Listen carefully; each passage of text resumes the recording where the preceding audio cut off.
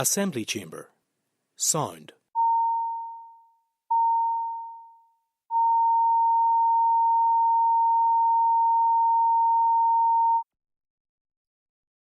Assembly chamber. Sound.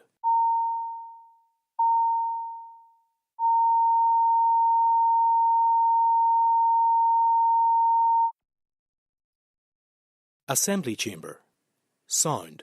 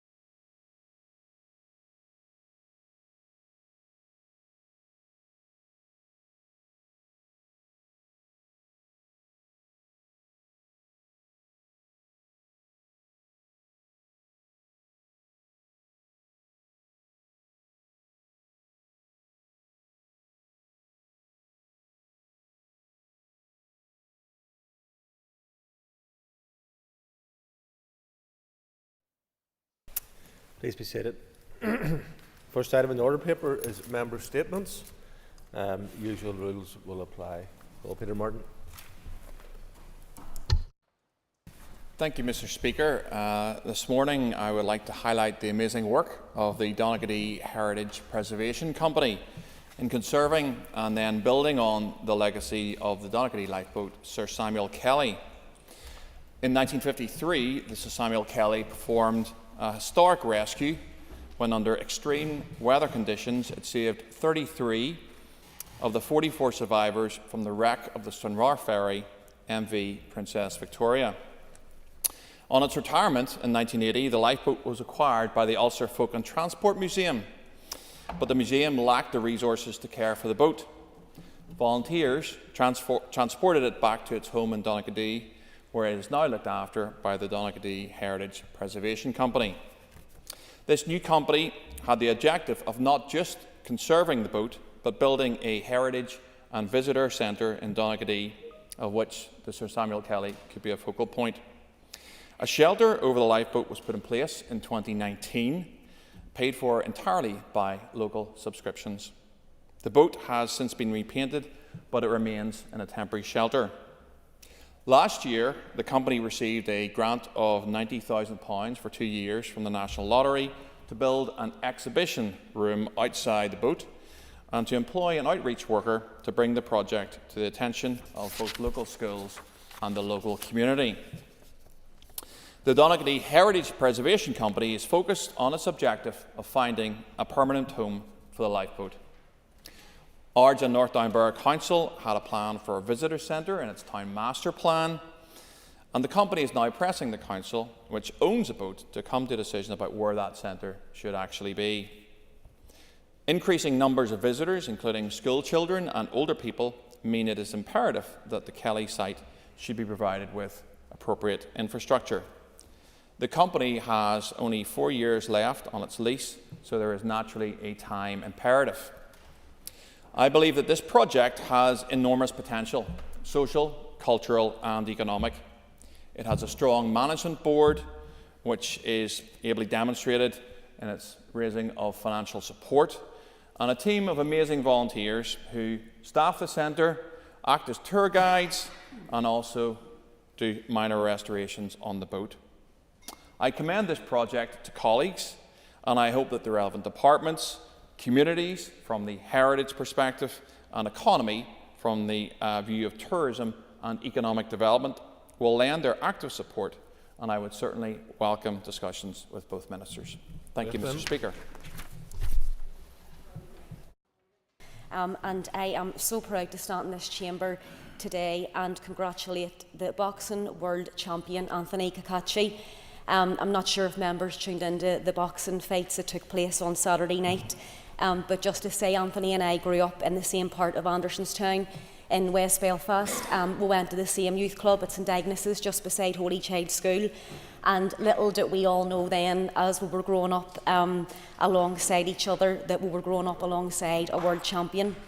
So, Anto, on behalf of Sinn Féin and on behalf of West Belfast, you are an absolute credit to our community and we are so proud of you. Only a few short months ago, back in May, the Andy Town Apache pulled off a stunning world title win where he defeated his opponent and won the IBF Super Featherweight title. On Saturday night, our world champion again defeated Josh Warrington in the Wembley Arena, successfully holding on to his world title. Friends, neighbours and supporters will again, I have no doubt, gather in their hundreds tonight at Anthony's parents' home in Andytown to give him a hero's homecoming and one that he deserves as the undefeated and unbeaten boxing champion of the world. Anto is a humble person, down to earth, a hard worker, dedicated to his sport, and he is now, rightfully so, a hero to the people of Andytown and particularly to our young people. Moi thu, Anto, on your hard work, your passion and your perseverance has made you a hero in the eyes of the children from our area and from across the island. Anto said himself in an interview following his win at the weekend that he is doing everyone in Belfast, north, south, east and west proud. He's doing everyone in Ireland proud and everyone in Italy proud where his father is from, and that means the world to him.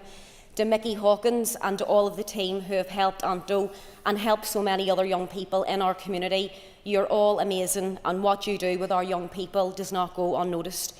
I hope everyone enjoys the celebrations and that Anto gets some well-deserved rest before his next big fight. We're all very, very, very proud of you, Anto. So, moi hu to the Andytown Apache. Andrew McMurray. And I rise today to speak to the vandalism that was visited upon the carriages and property of the Downpatrick and County Down Railway Museum. On Friday afternoon, a group of individuals broke into the grounds and undertook a period of vandalism to a number of carriages. It's particularly galling to me as when in the town, I park in the shadow of these carriages in the museum when I'm in there, and I miss these individuals by a matter of moments. It's also an unbelievably depressing setback for the museum and volunteer group, who are just getting back on top of things after the floods last year, which also caused a significant amount of damage. Mr. Speaker, when you read here and see the dedication that the volunteers put into restoring these carriages to allow them to take the tracks, it makes the vandalism all the more difficult to fathom. Varnishing, paintwork, metalwork, Mechanicking, engineering, groundworks and gardening are all some of the long jobs which go in to preparing this site and which were undone in a matter of mindless minutes. In particular, a carriage from 1955, only recently restored, came in from particular attention from these vandals. The quick response of the PSNI in dealing with this matter was also mentioned to me, and on this I want to pass on my thanks, as well as the local officers in dealing with the incident. However, it does appear that there does need to be some clarification on the trespass laws in relation to railways to ensure the PSNI can be more confident upon acting on it. I know that the group were grateful for a visit from Minister Dowd over the summer, so if any action or correspondence can be made on this, they'd be most grateful. Mr. Speaker, I do wish to finish on some positives. The members of the group have been so uplifted by the community response since the actions became public. Messages of support and donations have been incoming constantly. Only last week, the group were celebrating the 20th anniversary of line being open between Downpatrick and Inchbee. So while the vandalism is difficult to get your head around, I don't doubt the motivation and dedication which the volunteers will show to repair the damage. Thank you. Steve Egan. Mr. Speaker, the violent endemic nature of anti-Semitism has been further amply demonstrated across this island this last week. While the public support for terrorist groups such as Hezbollah on bridges in Dublin is bad enough, two other incidents are perhaps equally troubling. First, on the 20th of September, the Irish Times published a cartoon that members of our own Jewish community rightly called a malevolent trope, redolent of the hideous use of the Jewish caricature that has been part of the anti-Semitic imagery for centuries and in Nazi propaganda. Not my words, Mr. Speaker, those of the Jewish community itself. Furthermore, the Irish Times, which calls itself a so-called paper of record, wouldn't publish a letter of complaint from Holocaust Awareness Ireland against the cartoonist's anti-Semitic bile. Then, Mr. Speaker, we have the bizarre example of the Irish President firstly writing to the new Iranian President congratulating him on his election, without even mentioning the malign influence that Iran has in the Middle East, Sudan, or indeed in its support for Russia. Then complaining in New York that a secret letter had been leaked by the Israeli embassy, blaming Israel for the letter he wrote, somehow implying that it had been stolen from his office. This, Mr. Speaker, despite the fact it was welcomed and published online by the Iranian embassy in Dublin. Mr. Speaker, all racism is bad, but anti-Semitism is the oldest and vilest form of hate. That it is added and abated by cartoon tropes redolent of 1930s Germany, and a president who falsely maligns Israel just shows how deeply rooted this scourge of anti-Semitism has become on this island. It is well beyond time that this racist behaviour is brought to a stop. But rest assured, for all the anti-Semites on this island, you will not win, as Washington, Brussels and other capitals around the world have now taken note of how prevalent this hate speech has become on this island. Thank you, Mr. Speaker. Paul McGrath. Yeah, thank you, Mr. Speaker. Saturday past marked International Day of Peace, and while we are mindful of the conflicts happening around the world today, it's an opportunity for us to reflect on our own conflict and journey towards peace and a prosperous society which is yet to be realised. Our peace process stands as a testament to what can be achieved when communities choose unity over conflict. While much has changed and been achieved in Northern Ireland since 1998, sadly, deep-rooted division, violence and mistrust continue to be felt. The riots in Belfast over the summer made it clear that there is still a way to travel to deliver a peaceful and integrated society. We must ensure that all voices are heard and no community is left behind in a truly reconciled and peaceful society. The benefits and dividends of peace must deliver for everyone.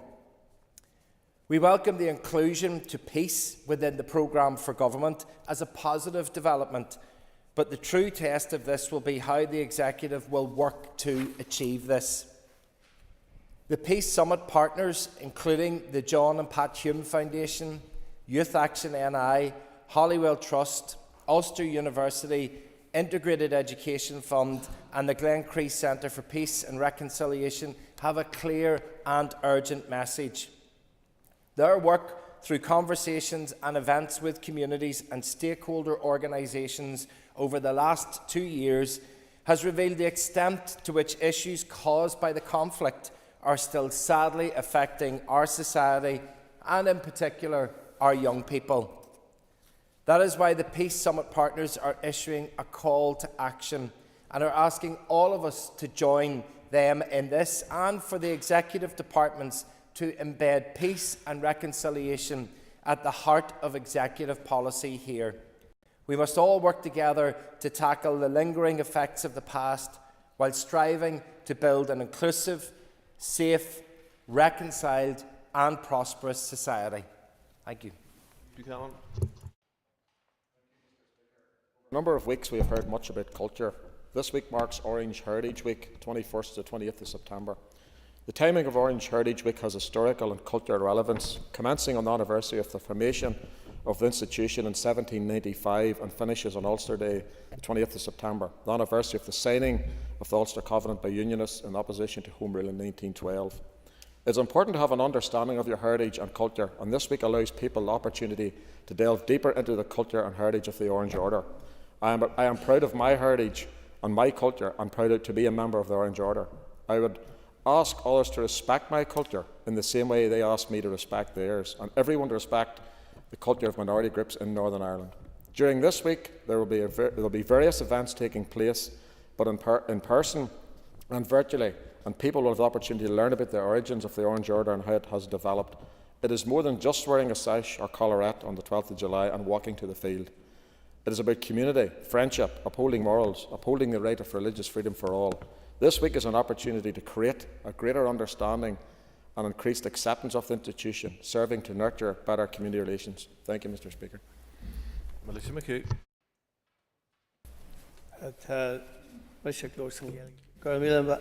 Thank you, Speaker.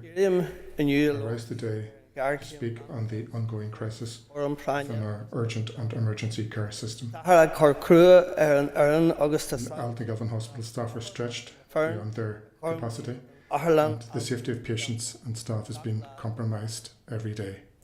A constituent of mine contacted me recently regarding their mother, a lady of almost 80 years of age, who spent 38 hours on a chair in the Altagilvan ND department waiting for admission.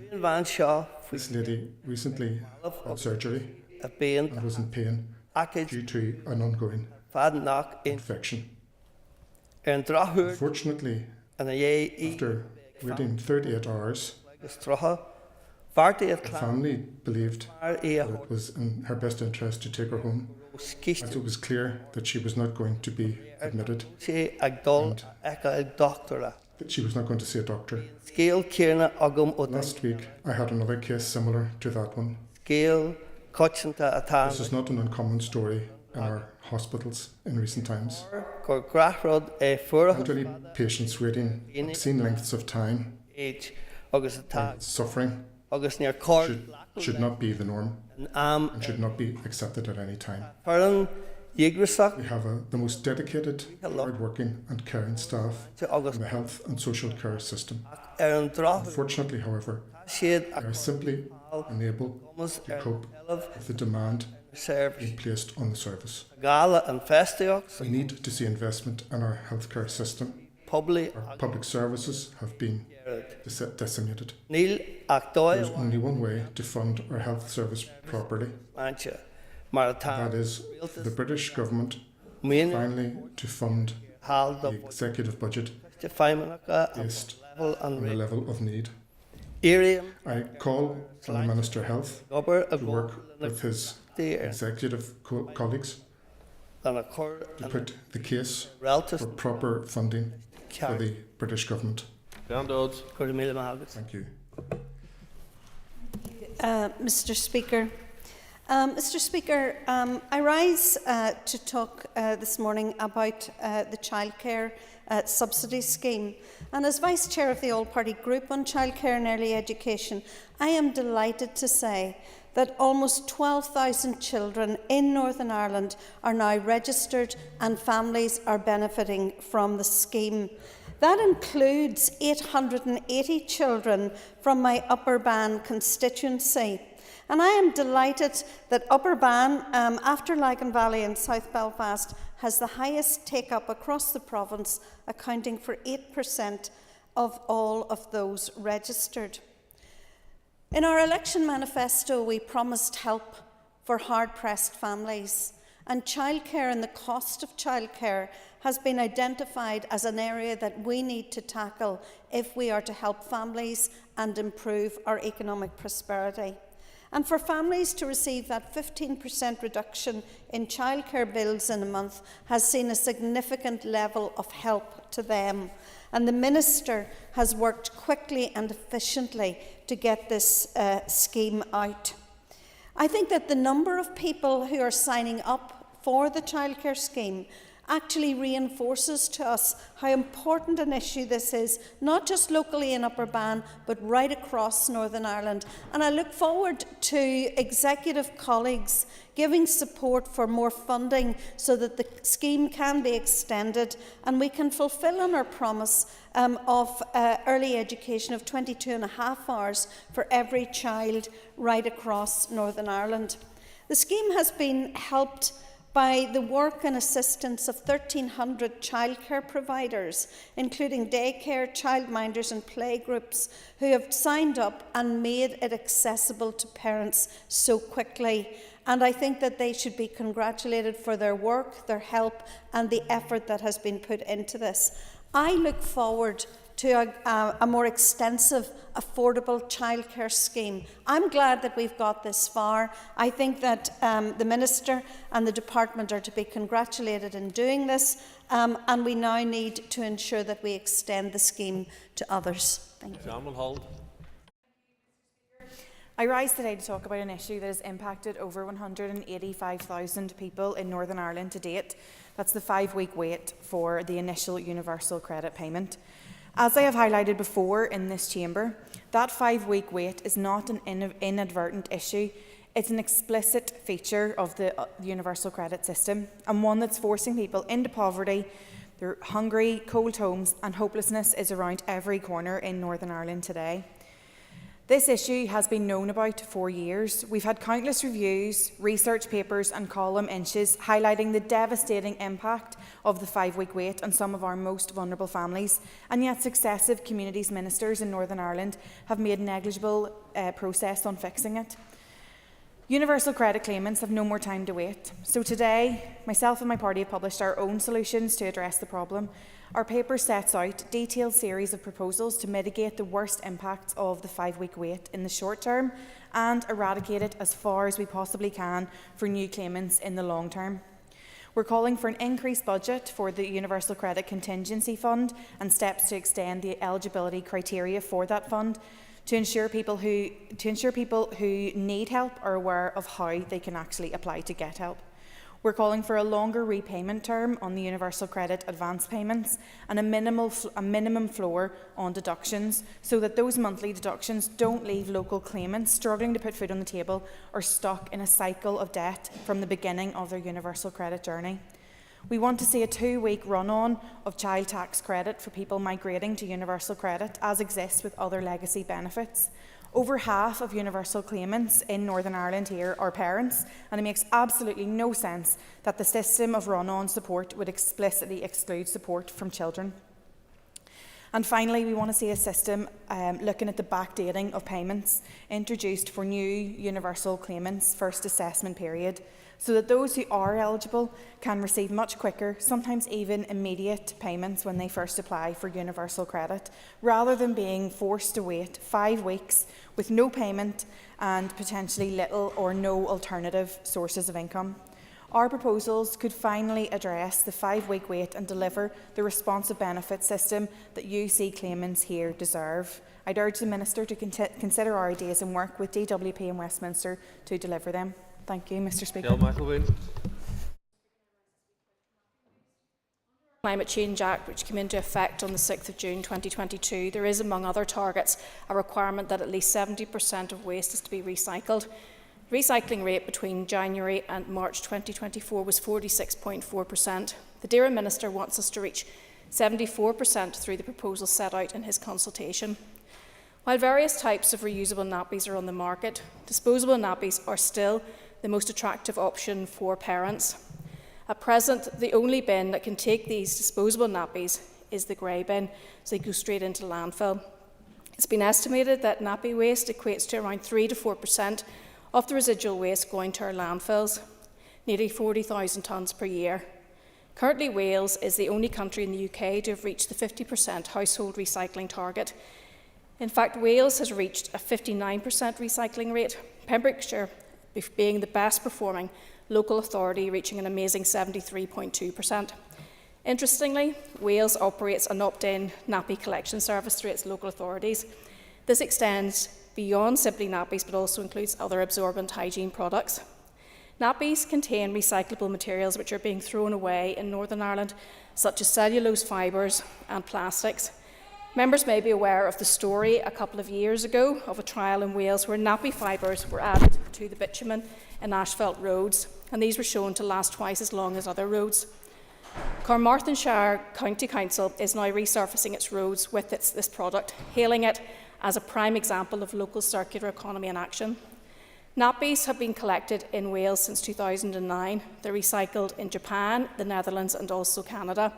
How disappointing was it to find that there was no mention of nappy recycling when the Minister consulted on his waste strategy to align with the targets under the Climate Act.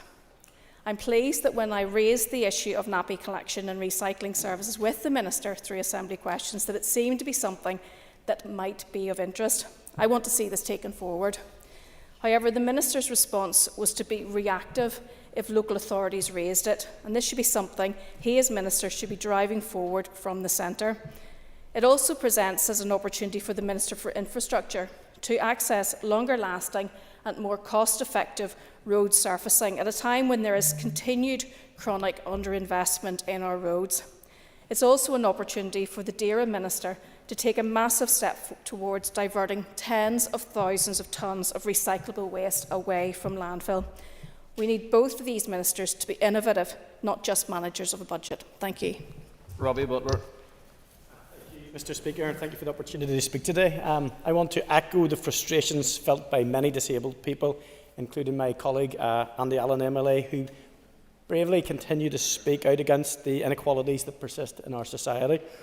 And it's quite frankly outrageous that in 2024, basic rights and access that most of us take for granted are still denied to disabled individuals. This is a stain on those who profit from their activities, whilst neglecting the responsibility to all of their customers. I take airlines, for example.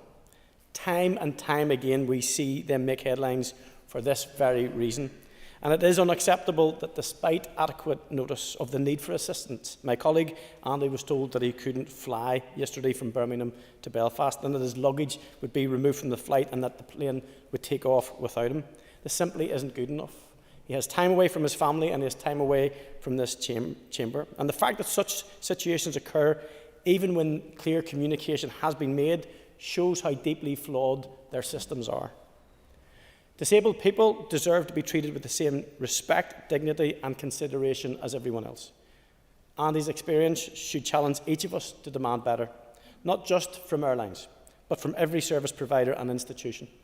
So I commend Andy for raising this publicly, and I hope it encourages other disabled people to do the same. But as legislators, we must do more. We cannot allow those inequalities to persist. So I look forward to the disability strategy, which I hope will be introduced during this mandate, and as a crucial step toward addressing the barriers and injustices that disabled people still face today. The time for change is long overdue. Let's ensure it finally happens. Thank you, Mr. Speaker. Well, Brett. And I am delighted to rise to congratulate Midland Boxing Club in my constituency, who this year marks their 50th anniversary of their operation. Midland Boxing Club will be known to many right across Belfast and Northern Ireland, formed by legendary Billy McGee MBE 50 years ago. Billy formed the club with no money and no premises, and not particularly welcomed by his wife and family at the time, but devoted over 40 years to improving the lives and outcomes of people right across North Belfast.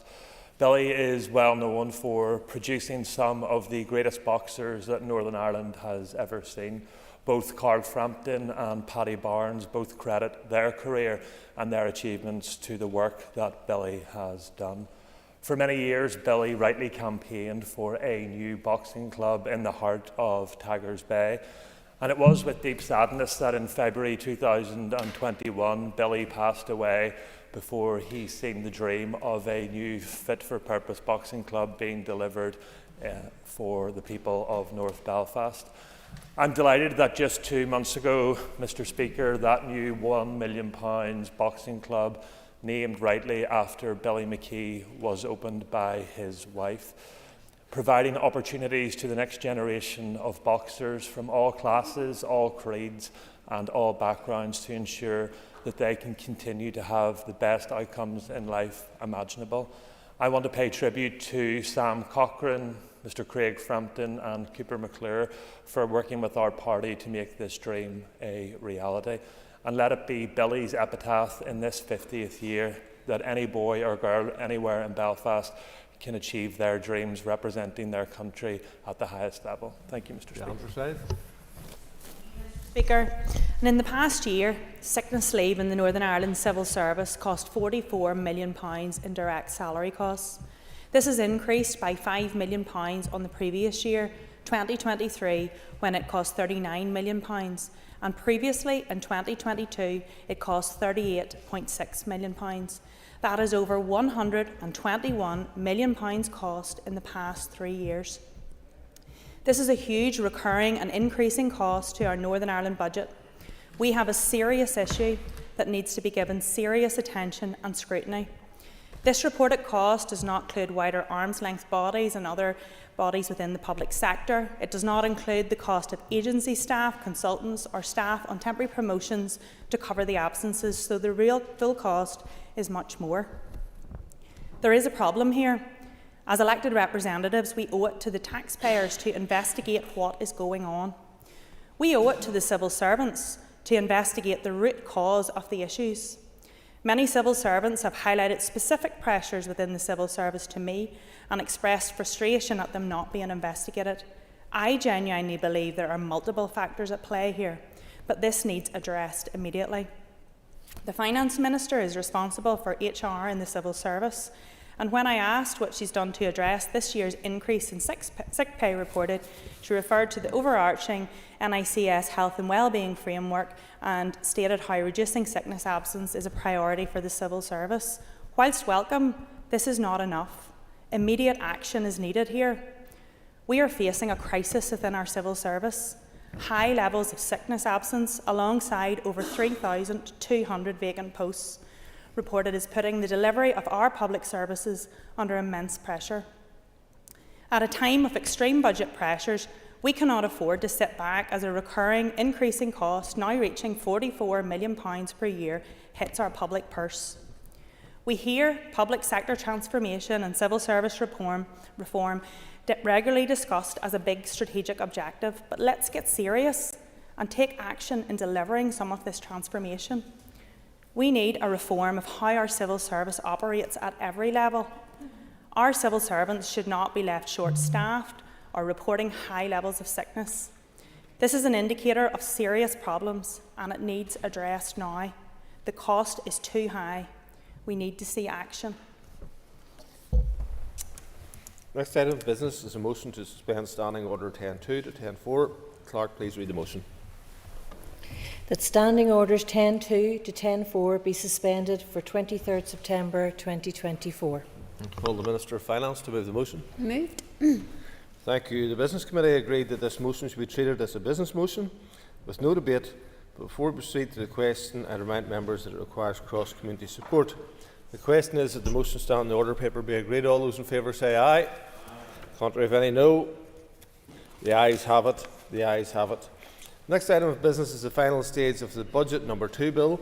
I call the Minister of Finance to move the final stage. Moved. The final stage of the Budget Bill Number 2 has been moved. The Business Committee has agreed that there should be no time limit on this debate. I call the Minister of Finance to open the debate. Today's final stage debate concludes the financial legislative process for the Budget No. 2 bill in the Assembly. The debate on the second stage of the bill on the 2nd of July was valuable, and I thank all members for the contributions that they have brought to the process. As members may recall, a 65% vote on account for 24-25 was agreed by this Assembly on the 9th of April. This vote on account provided finance to allow existing services to continue in 2024-25, pending consideration of appropriate legislation to meet the full expenditure for 24-25, the Budget No. 2 bill. The main estimates 24-25 relate to the supply of cash and use of resources for the current year and are based on the departmental spending plans as set out in the Executive's Budget 24-25, which was agreed on the 25th of April. As members may recall, demand for allocations far outstripped the funding available for 2024-25, and we did not have the budget to do everything we would have wanted to help us provide the public services that people deserve. The budget for 24-25 was agreed by the Assembly on the 24th of May, following extensive debate. I will not repeat the same detail in today's speech, as the focus today is to complete the Budget No. 2 bill's passage. The main estimates 24-25 were laid in the Assembly on the 19th of June, alongside the Statement of Excesses. Both were debated and agreed by the Assembly on the 1st of July. This Budget No. 2 bill reflects the same position. The bill provides the vital legislative authority for expenditure of departments and other bodies as set out in the agreed estimates, and also authorises the use of resources and sums issued out of the Consolidated Fund for previous years as detailed in the Statement of Excesses. While this debate is around the final stage of the Budget No. 2 bill and relates to the main estimates as laid in June, I will talk briefly about the in-year position. I have spoken previously about the very difficult budgetary position the Executive finds itself in at this point, and members will be well aware of the challenges faced. The response to the urgent information gathering exercise that I commissioned from departments identified a reported £767 million of unfunded pressures. I have said that I am willing to allocate £500 million to departments to help manage these pressures. This £500 million represents the anticipated level of additional Barnett consequentials to the Executive for the rest of the year, a figure that has been arrived at through proactive engagement with Treasury on the likely direction of travel in terms of Barnett. Clearly, this will not meet the full level of pressures being forecast, but I believe that it is important to give departments as much certainty as I can, as early as I can, to enable them to take the decisions to live within their budget allocations. The consequences of not living within our budget are well understood, and I will not repeat them all here, except to say that it could potentially jeopardise many of the gains made by parties in the financial package that accompanied the return of the Executive, as well as the interim fiscal framework that I agreed with Treasury. While the Executive's funding envelope for 25-26 will not be known until the end of October, I anticipate that it will be challenging, and any overspend this year will make a bad situation considerably worse. I intend to bring forward a paper to the Executive shortly with proposals for allocating this £500 million and hope to get Executive agreement. It is vital that each department takes the necessary action to live within their budget once these allocations are agreed. My department has now also developed a budget sustainability plan, which will be presented to Executive colleagues shortly. This plan will be a first step in a more ambitious programme of work, which will help set public services on a more sustainable footing. The interim fiscal framework agreed that the 24% needs-based adjustment factor would apply from the date of restoration. This will have resulted in an additional £60 million for the Executive by year-end. An additional £160 million for the Executive by year-end, based on the assumed level of £500 million of Barnett that I have referred to. I am determined to continue to press the British Government to make sure that public services are sustainably funded. I have begun the information gathering exercise process from departments to inform decisions around the upcoming budget for 25-26. However, today is about concluding the final stage of our legislative process for the 2024-25 budget. Members will be aware of the importance of bringing the Budget No. 2 bill into law in terms of giving departments the statutory authority for the total amounts of resource, capital and cash in the mains estimates. If passed, the legislation will then require royal assent, and there are a number of steps to go through before it reaches that stage. While I do not expect any unnecessary delay until royal assent is achieved, departments will continue to rely on the 65% vote on account agreed by the Assembly. Some departments have already indicated that they are approaching the limit of their available vote on account, with one department, DERA, having already received a cash advance from the Consolidated Fund to cover payments being made this month. As the year progresses further, the Executive may make further decisions on the allocation of resources, and I will bring these back to the Assembly through the spring supplementary estimates and a subsequent budget bill at the end of the financial year. I wish to express my gratitude once again to the Finance Committee for agreeing to accelerated passage. I also wish to thank all of the departmental committees and members for the level of scrutiny that they have been able to bring to the process. To conclude, this is the final stage of the legislative process for this bill. I now look forward to hearing any final thoughts that members have on this important piece of legislation. Thank you very much. Mr. Speaker, this was the first thing for us to welcome today, and yes, we do welcome it, is that we are actually at the final stage of a budget bill. Unfortunately, it is not a 3-year strategic budget that would be aligned to the priorities contained within a programme for government. However, it would be unfair to land all of the blame at the door of the Minister for that. But what we have instead is, I believe, our 10th in a row single-year sticky tape budget, and we need to recognise that this is not the way to deliver proper or sound fiscal policy, and we really do need to overcome that in the future. We appreciate that this is a tight budget. It would be foolish to think or even to try and portray that the amount of money that has been given to us to deliver public services is at the level that we would like to see. The amount that we have in our budget is not enough, and that is a fact. However, one has to wonder for how long is the credible policy of this Executive to have high-level spending aspirations not met by a level of its budget and simply bemoan that we don't have enough money. Whilst it is accepted that the levels coming from London haven't been enough in the past and may not be enough in the future, I cannot help but wonder if the Executive and Finance Minister are preparing the inevitable Plan B, which needs to run alongside such a reality. You do need to be honest with the public. Are you prepared to revenue raise or cut budgets? A certain reality is, in the face of insufficient funds from London, one or other of these will have to happen. In terms of accelerated passage, I repeat that we cannot lay all of the blame at the door of the Finance Minister, but this budget did require accelerated passage at times, which is not a good form of government. However, the collapse and chaos of the executive stability delivered by Sinn Féin and DUP has resulted in stop-start government, and this has had an inevitable impact on the finance planning process and the delivery of budget bills over the last decade.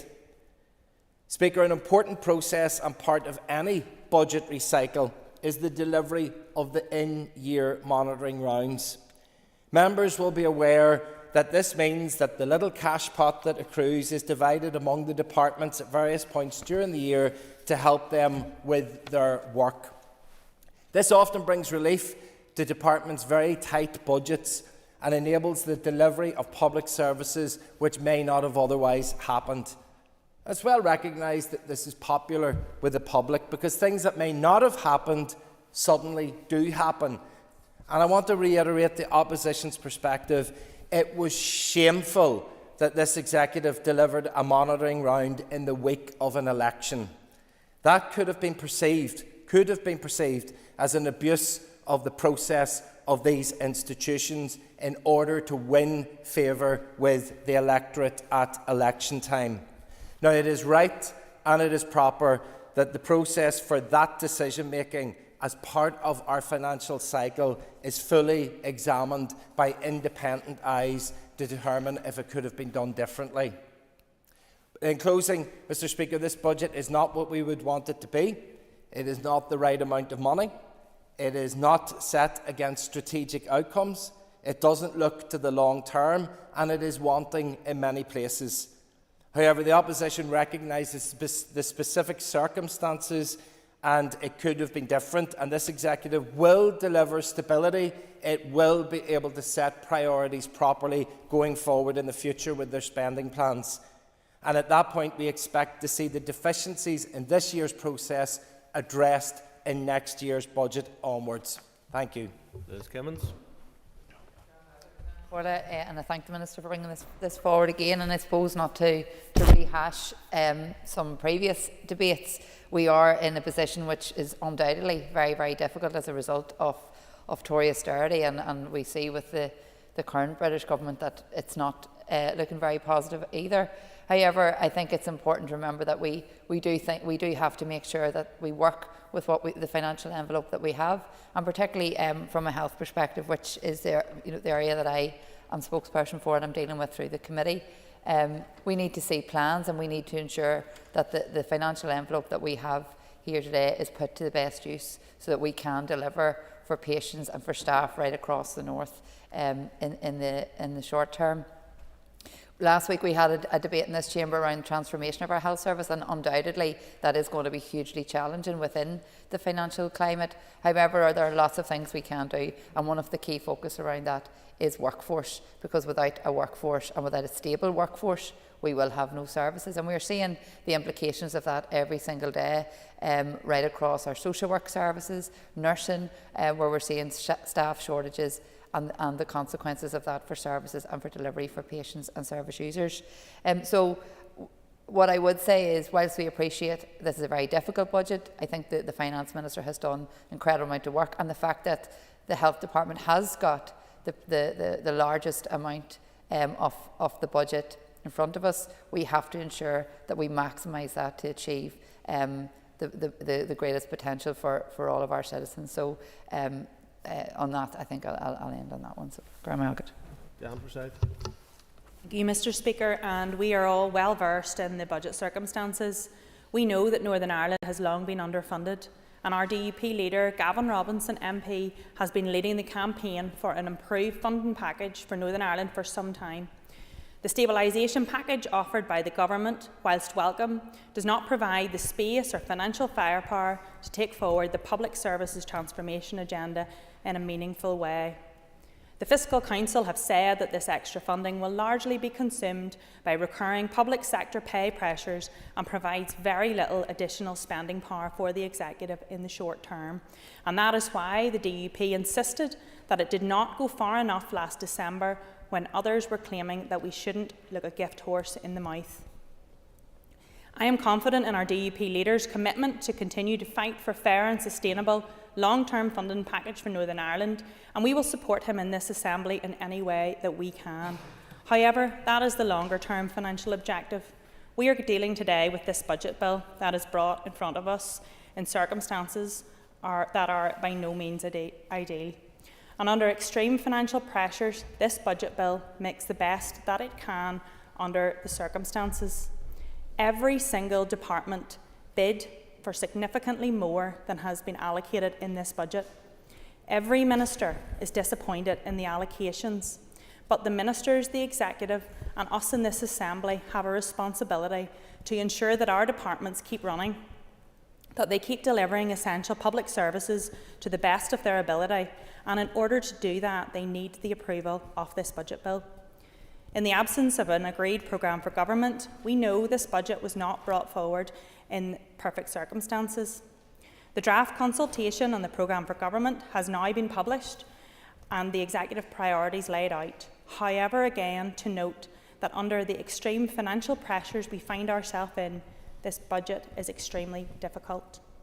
We also face the backdrop of uncertainty with the haphazard, unpredictable actions of the Labour government in recent weeks. Our priority is approving an operational budget in Northern Ireland to keep our public services operating. This budget bill contains no big decisions, nothing new. It's simply bringing forward the governance structures to enable our civil service departments to operate and spend money to the limits applied without having to repeatedly apply for advances from the Consolidated Fund, increasing administration. The DUP is consistent in our calls for an improved, sustainable financial package for Northern Ireland, and we will continue to do this. In order to make Northern Ireland the best it can be, it needs to be fairly funded. We need to see delivery from this Labour government for Northern Ireland. In order to function, though, in the current financial year, we support this bill today. Owen Tennyson. Thank you, Mr Speaker. And the Alliance Party has consistently warned about the scale of the financial challenges facing this executive. At every opportunity, we have challenged Westminster austerity, championed fair funding for Northern Ireland and called for proper investment in public services. As I said at second stage, the budget process for 24-25, like so many before it, has been upended by the stop-go nature of this Assembly. The seemingly endless merry-go-round of crisis and collapse over the past decade means that this is now our 10th single-year budget in a row, and the timing of the return of the Assembly has meant that this bill commenced second stage without proper consultation and in the absence of a programme for government. Notwithstanding the obvious impact on our public finances, our public services and in public confidence, and in spite of warm words about the need for stability and delivery, neither Sinn Féin nor the DUP has shown any willingness to surrender their vetoes or commit not to wield them over the course of the remainder of this mandate. There is no reason for either party to cling to their respective sectarian vetoes unless it is either their intention to use it or the threat of it to block progress in future. Without action, that inherent instability will continue to cast a long shadow over this executive, stymie our ability to deliver meaningful long-term transformation and over our finances. That is why Alliance remains consistent and unequivocal in our calls for reform, with proposals to uphold power sharing and the principles of the Good Friday Agreement, but which seeks to address the fundamental structural flaws and inequalities which have held us back and damaged our services and finances. Since the agreement on the budget for 2024-25, we have all become well familiar with ministers coming to this chamber to outline the enormous challenges facing the respective departments. We now know that departments are reporting £767 million in pressures. Whilst the Minister has outlined her intention to allocate £500 million in anticipated Barnett consequentials, an approach which I support, it is clear that even that will fall short of the funding that is required. In one sense, it is no surprise that the biggest pressures are facing the biggest spending departments: health, education and justice. A significant portion of the pressures arise as a result of pay review body recommendations in England, and of course I think we all want to see our public sector workers properly supported. What is surprising, however, is that some ministers seem to be treating their overcommitments with more seriousness than others. Because despite the enormous overspend facing the Department for Education, the Minister saw fit to approve further discretionary spend, including £250,000 for magnetic pouches for just 10 schools.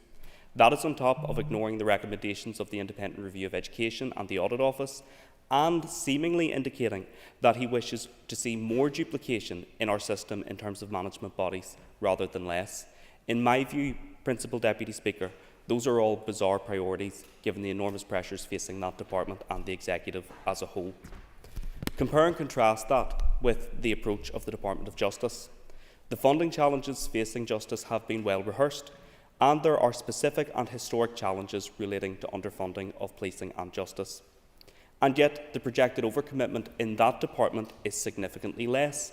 There are clear plans to transform the department in terms of the Speeding Up Justice programme, and I hope, based on previous debates, there will be unanimous support as bids come through the system for the recovery plan for the PSNI, which will address those overspends. Yes, I will indeed.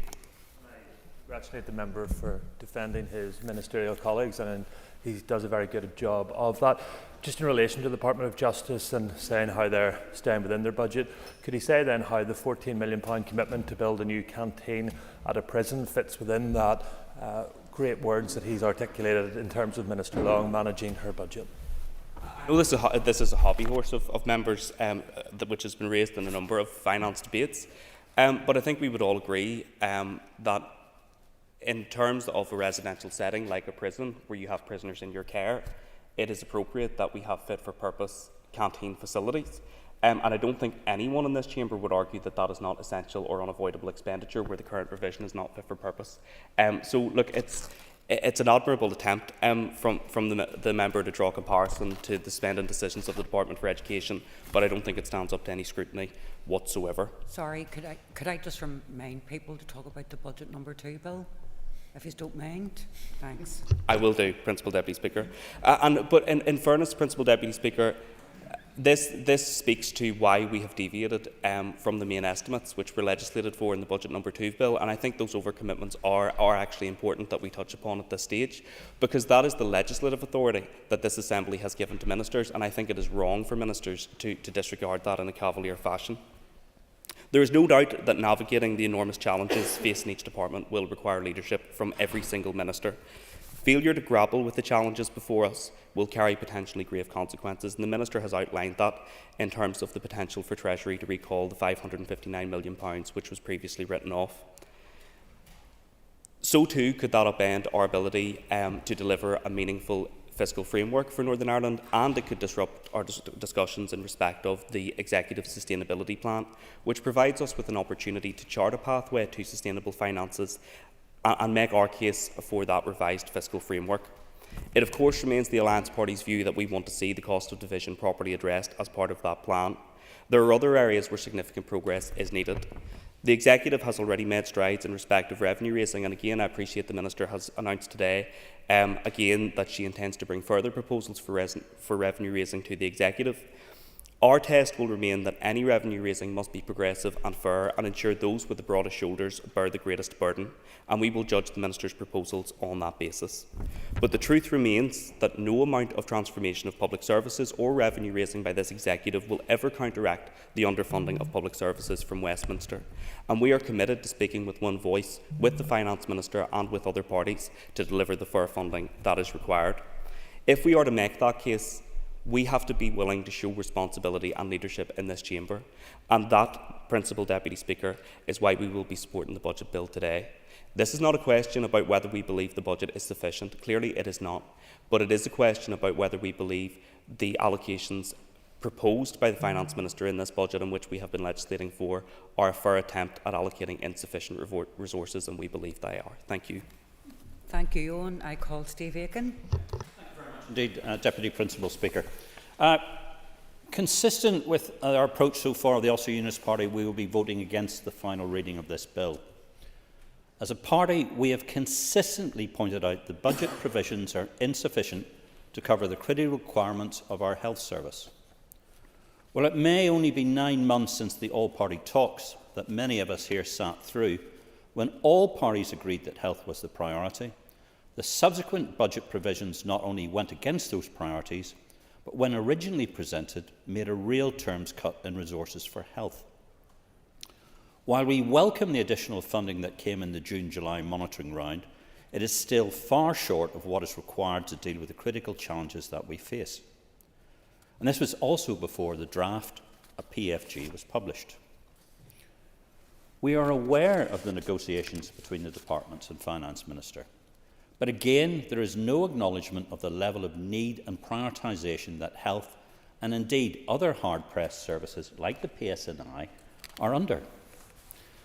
The Minister then wrote to ministers and informed our committee that she was proceeding with spending allocations based on discussion with Her Majesty's Treasury, acknowledging that this was at risk based on likely allocations on the supplementary estimates post-Rachel Reeves' budget next month. This additional level of funding is expected, hopefully, to be in the region of £0.5 billion, £250 million of which we would reasonably expect at least to come to health. As a finance spokesperson and from questions put by our party representatives, we have repeatedly queried the level of confidence that the Minister has in assurances from the Treasury. I wish to make clear that I am no way, and I mean this, no way calling into question the Minister's belief or her integrity in reporting her exchanges. However, as MLAs, we must all call in question the assurances from this government. 3 weeks ago, I attended the British-Irish conference in Oxford and heard the Secretary of State wax lyrically about the benefits of major projects in Northern Ireland, powered by the city deals, amongst others. Alongside the Tonasta, we had the famous reset emphasised. But less than a week later, the city deal was paused, then parts of it reinstated, and when the issue was raised by the Finance Minister, she was told to discuss it with the Chief Secretary of the Treasury. A discussion, I understand, that is yet to happen. This, our party, and should be to others, worries us that basing a budget on an additional £500 million on the assumption of assurances from a Treasury which will not engage in city deals must, I'm afraid, be suspect. So, Mr Deputy Principal Speaker, where are we today? First, even with the budget allocations we have, we do not have the resources for what 9 months ago was our #1 priority, health. Secondly, even if we have that additional £500 million that is hypothecated, these challenges will remain. However, based on the debacle of the city deals, what real confidence can there actually be in receiving that additional funding? Especially with a government that is quite happy to remove the winter fuel allowance while clothing themselves in freebie suits. And I was going to make a joke about glasses, but I'm wearing some. I paid for my own, by the way. Thirdly, and I say this specifically to other parties in the Executive, we have the Chief Constable having to write to the Prime Minister because the PSNI has been starved of resources and has raised very real concerns about its ability to maintain public safety. This, coupled with the very real concerns that we have already expressed about maintaining the health of our constituents, must show that we cannot accept the unacceptable.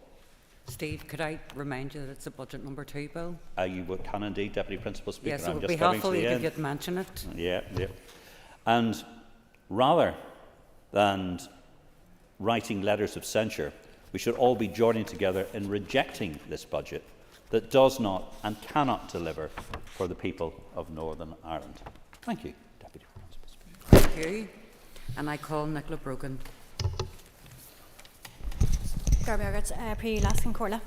As this budget bill makes its way through the legislative process and now to its final stage, we are reminded of the intense pressures that the Finance Minister and her department have faced whilst drafting it. In delivering this budget, Minister Archibald has done a commendable job in very challenging circumstances, ensuring that vital public services will continue to be delivered and that many worthy community and social projects will continue to be supported. Unfortunately, the cruel reality of British austerity and the understanding that their priorities lie elsewhere means that not all bids could be met. However, the Minister has worked hard to deliver a fair budget that supports our public services and offers stability. The Minister has once again prioritised health in this budget, with more than 50% of the available funding going to the health services. This underlines the point that health is a priority, even with such limited resources. The Minister has also managed to deliver on key priorities for the Executive, priorities that have been outlined in the draft programme for Government. For example, the £25 million allocated for childcare and the £47 million for transformation. We have today heard how around 12,000 children in the North have been registered for the new Childcare subsidy scheme, which has helped many families reduce the cost of their childcare. There is still work to do on the childcare strategy, and we must ensure that all families and childcare providers are offered support, but these are very welcome first steps. As my party spokesperson on the environment and climate, I would also like to thank the Minister for her continued commitment to protecting our environment, and in particular to the funding that has been made available for rescuing and restoring Lough Neagh. It has been widely acknowledged now, even by the British Government, that the North has been chronically underfunded for decades. Repairing the damage and healing the wounds caused by this will take time. If we are to address these issues, then those decisions must be made here, and we need to see real fiscal devolution here. In the meantime, the Minister sought to deliver a budget that provides stability and security, and I want to thank her and her officials for their efforts in these challenging times, and I support the bill. Thank you, Nicola. I call Nilla McAllister. Thank you, Principal Deputy Speaker, and I rise, like everyone else, to mention and recognise the current financial situation that we are all experiencing. It's not a financial situation that we as political parties wish to find ourselves in, but as a party of the Executive, alongside the Finance Minister and the majority of the other ministers, we recognise where there is a budget that we must abide by that. Like many others, I will recognise the fact that Tory austerity over the years has cost us a lot, not just in terms of our budget, but in terms of our health and well-being of all of our citizens. And hopefully, after listening to the speech this morning by the Chancellor, austerity is not back and will not be back. We will see this Labour Party put their money where their mouth is and look after the citizens of the entirety of the United Kingdom. And I look forward and will continue to play our part within our party alongside the Finance Minister in putting the pressure on the UK Government to ensure that we are funded we are funded where we are rightly due. The key issue here for me as a member of the Alliance Health Spokes team is about our health service and the fact that this budget recognises over 50% of the entirety of the budget be allocated to health is an enormous significance. We cannot underestimate the fact that health has continued year on year to grow in its budget, but yet our people are getting sicker, they're waiting longer. So something is simply not right and something needs to be changed. We must also recognise the lack of responsibility coming from the Health Minister's party in terms of this budget, and I will reflect on some of the points that the previous speakers had made. In numerous debates in this chamber, in the second stage of the budget bill, we did ask what it is that the Health Minister wanted. Was it 75%, 80%, or maybe perhaps 100% of the current budget allocation? Even less than to policing, in which the previous speaker claimed to be an advocate for. It's not realistic, and we all must live within the current budget. But it does not have to be an all or nothing approach when it comes to health, and there is no reason why every minister cannot prioritise implementation in line with the available budget. But it appears there is no intention to do so. Many times within the Health Committee, as a member of the Health team, and if the Speaker will indulge me to speak just for a moment, we have brought to the attention of the officials in the Health Department where there has been a serious lack of spend in line with budget, where their eyes have been off the ball. For example, I brought to the previous Health Minister's attention where there have been payments to third-party providers for respite care, but respite care was not provided for well over a year. If this Health Minister's party so does intend to ensure that they abide by the budget or attempt to even do so, they must look at their own department. And this leads me to my next point. As an executive, we must all work at... Yep. Taking an intervention. Would the member agree with me that if the money in health was invested properly, that we would not have the pressures on some of the other departments that there are? For example, we know that many people with mental health crises end up in police stations and prisons even, because those issues are not being addressed, those mental health issues are not being addressed. So under the right care, right person, health needs to take its role seriously. And just to remind everybody, it's budget number 2, Bill Newland, thank you. Just to be consistent, because others were trying to point out inconsistencies, but I'm not looking at them. Thank you. Absolutely, I do agree with the previous member, and to be serious about the budget, we need to work as a collective, every single party within the executive, in holding other departments to account, and indeed the opposition also has a role to play there too, because where there is a budget for an individual department does not mean that they alone should act in that individual matter. And you did speak about policing and mental health in particular. Another one is speech and language development, and those young people who are in the criminal justice system did not just appear and just have that speech and language development difficulties there and then, but actually it was from an early start in their life, and therein comes the fact that health and education all have a role to play. So I absolutely do agree, and every department must play their role in working together. And another example of working together to ensure that we press upon the executive and all parties is multi-year budgets. We all agree that it would be the right approach, but we need to ensure that when we do get multi-year budgets, that we do so in prioritisation of our budgets. And for example, when it comes to health, notable organisations such as the Royal College of Surgeons have welcomed the inclusion of the priorities in the pre-FG around cutting waiting lists, but also noted that it would require multi-year budgets to do so. So whilst we are living with the budget that we have before us now, we all recognise it isn't the budget that we aspire to, and that we can and absolutely shall do better, and we must do that as working as a collective.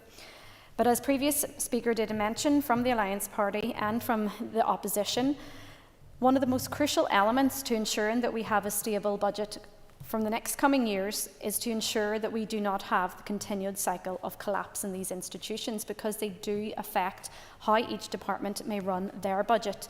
And one example of this in health is the Ray Jones review into children's social care, specifically mentioning that the collapse has caused considerable difficulties in sustaining services in children's social care. I could go on and name many other aspects across every single department, and I'm sure many others would agree that perhaps they might not sign up to reform, that reform is the best way to ensure that we have that sustainability.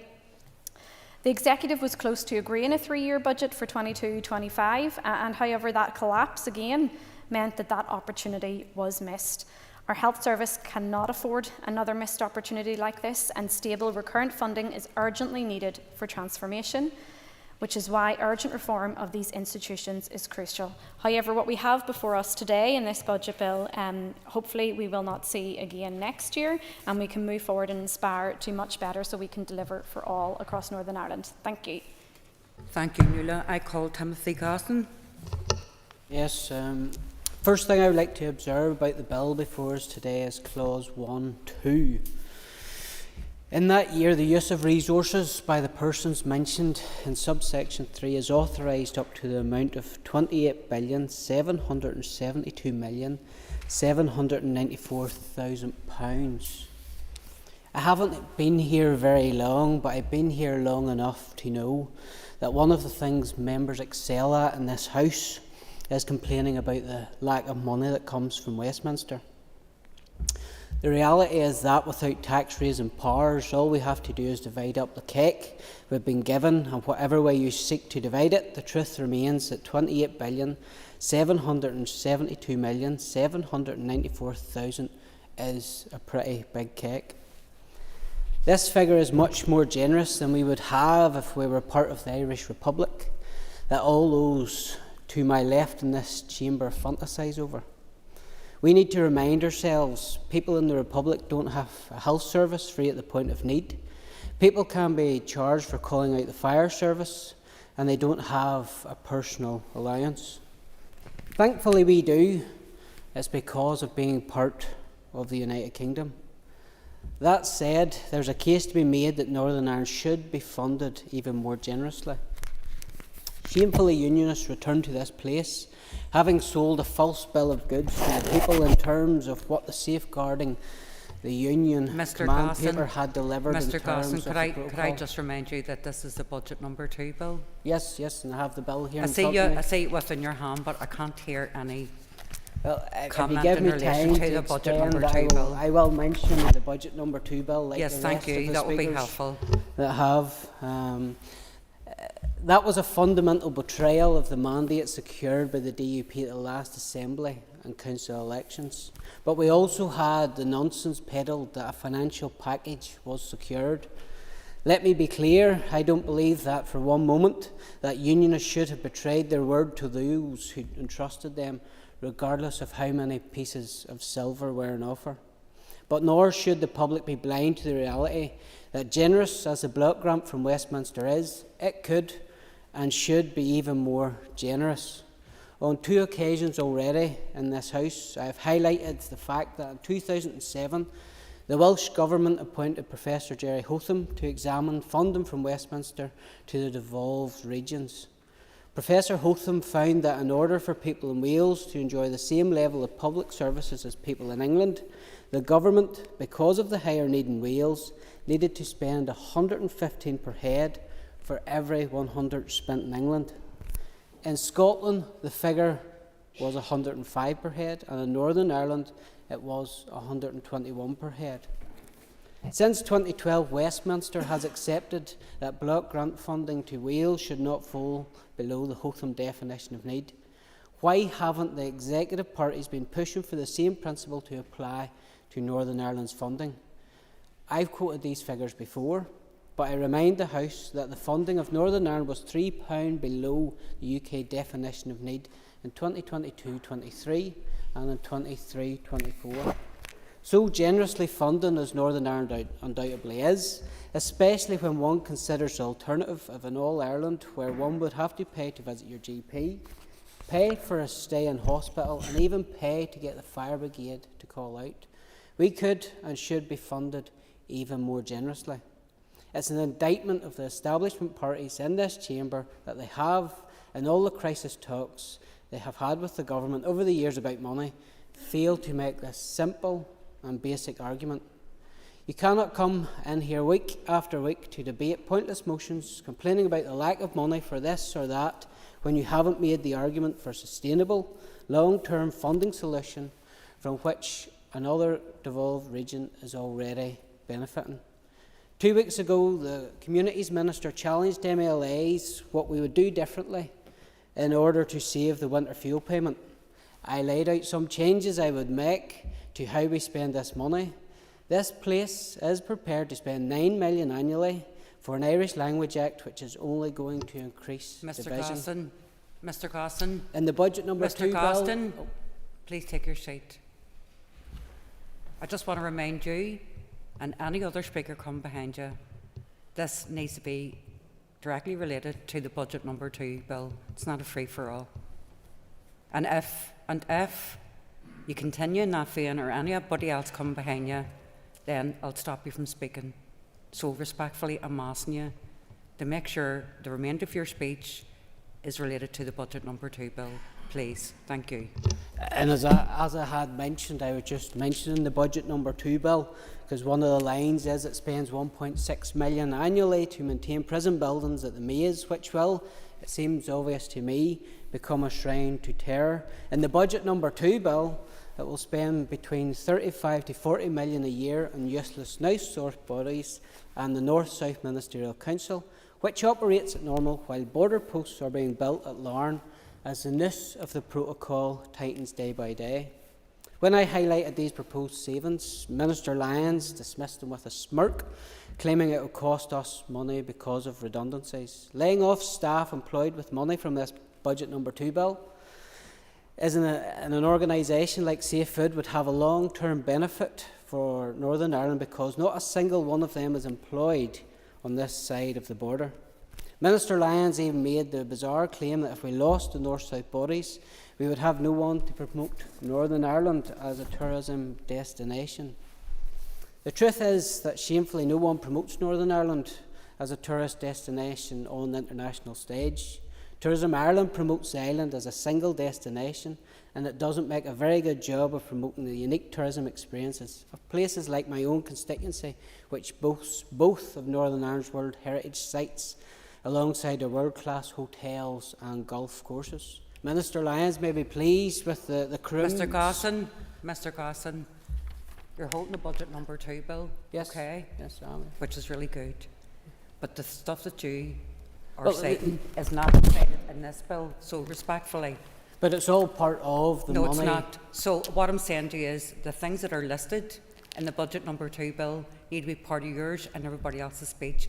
And I've given everybody a lot of latitude, but I think you're starting to rip it. So please make sure it's in relation to the objects that are laid out in the bill. Thank you. Yes, just to finish the point I was making before I move on to the next point about the budget number 2 bill is that Minister Lyons may be pleased with the crumbs from Tourism Ireland, but I want to see Northern Ireland promoted in its own right. A former head of Northern Ireland Tourist Board made the argument in 2016 that we needed our own tourism strategy and we were getting a raw deal from Tourism Ireland for the money that we invest. Almost a decade on, nothing has changed, nothing has done to change that sad fact. When it comes to the achievements of this executive on financial issues, the reality is very different. This morning on the radio, the DUP leader and then the Education Minister claimed as a great victory the funding package for childcare in the budget number 2 bill. But when we strip back the spin, the reality is very different. Last week, in response to an oral question from myself, the Finance Minister had to admit that the executive received $57.2 million of Barnett monies for 24-25, following the announcement in the spring budget of the expansion of the 30 hours free childcare scheme in England. However, Stormont's 24-25 budget provides just $25 million to support the development of a childcare strategy. This means that more than $32 million from our share of money, which should have went to childcare, is not committed to this issue. Far from connecting with the priorities of ordinary people when it comes to childcare, Stormont is selling the people short to the tune of 32 million, which it is spending on other things. That's not an achievement, that certainly is a disgrace. Changing direction slightly, I want to focus a wee bit on local government. When RPA finally happened in 2015, we were told we would see savings, in some cases 3 councils joined into one. I would argue that instead of seeing savings, Stormont has created bloated organisations without providing any real scrutiny to ensure our councils are providing value for money. Take Mid and East Antrim, where I was first elected to in 2014. After the election, in May 23 election, we were called to a crisis meeting where we were told of the financial turmoil the council had gotten itself into, and that external expertise was required to sort out the mess. After spending upwards of $500,000 external consultants, we were told the deficit was in the order of 7.2 million, and an additional 1.4 million was required in the 24-25 rates to complete all the recommendations. As time passed, my concerns grew, and by using the narrative of the 7.2 million deficit in February 24, the majority of councillors inflicted the worst rates rise in the council's history on householders and businesses by a rise of 9.78% and 11.8% respectively. In England, such a rate rise would have incurred a local referendum, whereas in Northern Ireland this increase was agreed after 22 councillors voted in favour and 14 against, without any oversight or input from Stormont. Furthermore, it now transpires that the 7.2 million deficit turned into a healthy 1.4 million surplus. And with some imaginative counting, the unaudited accounts the council submitted show a break-even after the reserves were bolstered and a new members' fund had been set up to keep councillors sweet. I have further concerns with directors being recruited through long-term agency contracts rather than direct employment, which would make savings to the ratepayer. We have the bizarre position where 2 directors are currently engaged through an agency to which ratepayers are also paying the agency a daily finder's fee for the privilege. This is insulting. No local authority should be paying in the region of £1,060 and £960 plus expenses per day to any agency worker. Having directors and more than the chief executive isn't a sustainable model to run any business, never mind a council. Where is the oversight from Stormont? Where is the value for money for the ratepayer? I will be voting against this budget number 2 bill today, but when I do so, I ask the other unionists in this chamber to think about why they will find themselves voting in the same lobby as Sinn Féin. Why is it that instead of passing a budget today, you aren't all locked in crisis talks with the government over winter fuel payments? Sinn Féin were prepared to bring this place down over bedroom tax. Why have they meekly rolled over and accepted the Westminster decision to cut it this time? I tell you why. Sinn Féin has unionism exactly where they want it. They have their eye on the bigger goal. And we heard at the weekend all this chat about unionist unity and reaching out to other unionist parties. But you need to bear in mind Mr. not having the threat. Mr. Gostin, that's it. But I'm still going on to the budget number 2. No. I quoted it a lot more than other members in this House, and you gave them latitude. Well, you haven't given me the same latitude. I have reminded you that it's not just a case of throwing in budget number 2 bill. At least they've done that more than other people. No, but what I'm saying is, and you're in danger of challenge, if you don't mind taking your seat just to go through this. First of all, you can't use a budget bill to attack other parties, okay? Secondly, it has been in relation to what's laid out here, okay? It hasn't been, for the best part. So I'm asking you respectfully to conclude your remarks in relation to the budget number 2 bill. What is laid out here in this? Thank you very much. Well then, to bring my remarks to a close on the budget number 2 bill, I will just say that once this bill passes today, those who support it can no longer chime and complain about the Labour government and what they've done. This is your budget. You now own it, and any decisions that flow from it are on the heads of those executive parties that will be voting this bill through today. I, for one, won't be supporting it. Thank you, Mr Gosson. I call Jerry Carroll. Speaker, I rise to speak briefly about the budget bill, and it's clear that this budget bill, alongside the wider process of budgets, doesn't meet the desires and needs of working class communities across this society. Housing crisis is completely out of control, and there's no appropriate funding allocated to tackle it in this budget bill. Health is continually underfunded, with a rocketing crisis and ripping through all society, and no appropriate funding for health. All the while, people cling, Deputy Speaker, to the Bingoa, a scheme designed to cut, dice up and reduce our important health service. No thank you. Loch Ness continues to be strangled, continues to die, and no appropriate funding in this budget bill for it. And that's just to scratch the surface, Deputy Speaker, of what this bill won't do. It's even worse, Deputy Speaker, when you see what meagre tax increases on the rich would bring in. I raised this in the Finance Committee in the last 2 weeks, and it's worth repeating here on the floor. A 1% tax increase on the wealthiest 1% would bring in £25 billion of extra funding for public services. Black hole completely gone. Apple taxes, €13 billion owed in taxes, would transform public services right across this island. Where's the executive strategy to tackle these issues, to highlight them, to fight them, and they don't have any plan to do so? Cannot be business as usual, Deputy Speaker, whilst corporate profits are out of control. This budget bill is definitely business as usual, and for that reason, I'll vote against it. Thank you, Jerry. I call the Minister for Finance to wind and conclude on the final stage of the budget number 2 bill. Thank you. And I would like to thank all of the members who have expressed their views in the debate today, and also to those who contributed to earlier debates on the bill and the associated supply resolutions. I have listened, and while I may not agree with all of the arguments presented, it is always useful to hear the views of members. So I'm going to respond to some of the issues that have been raised in the course of the debate before winding up fully.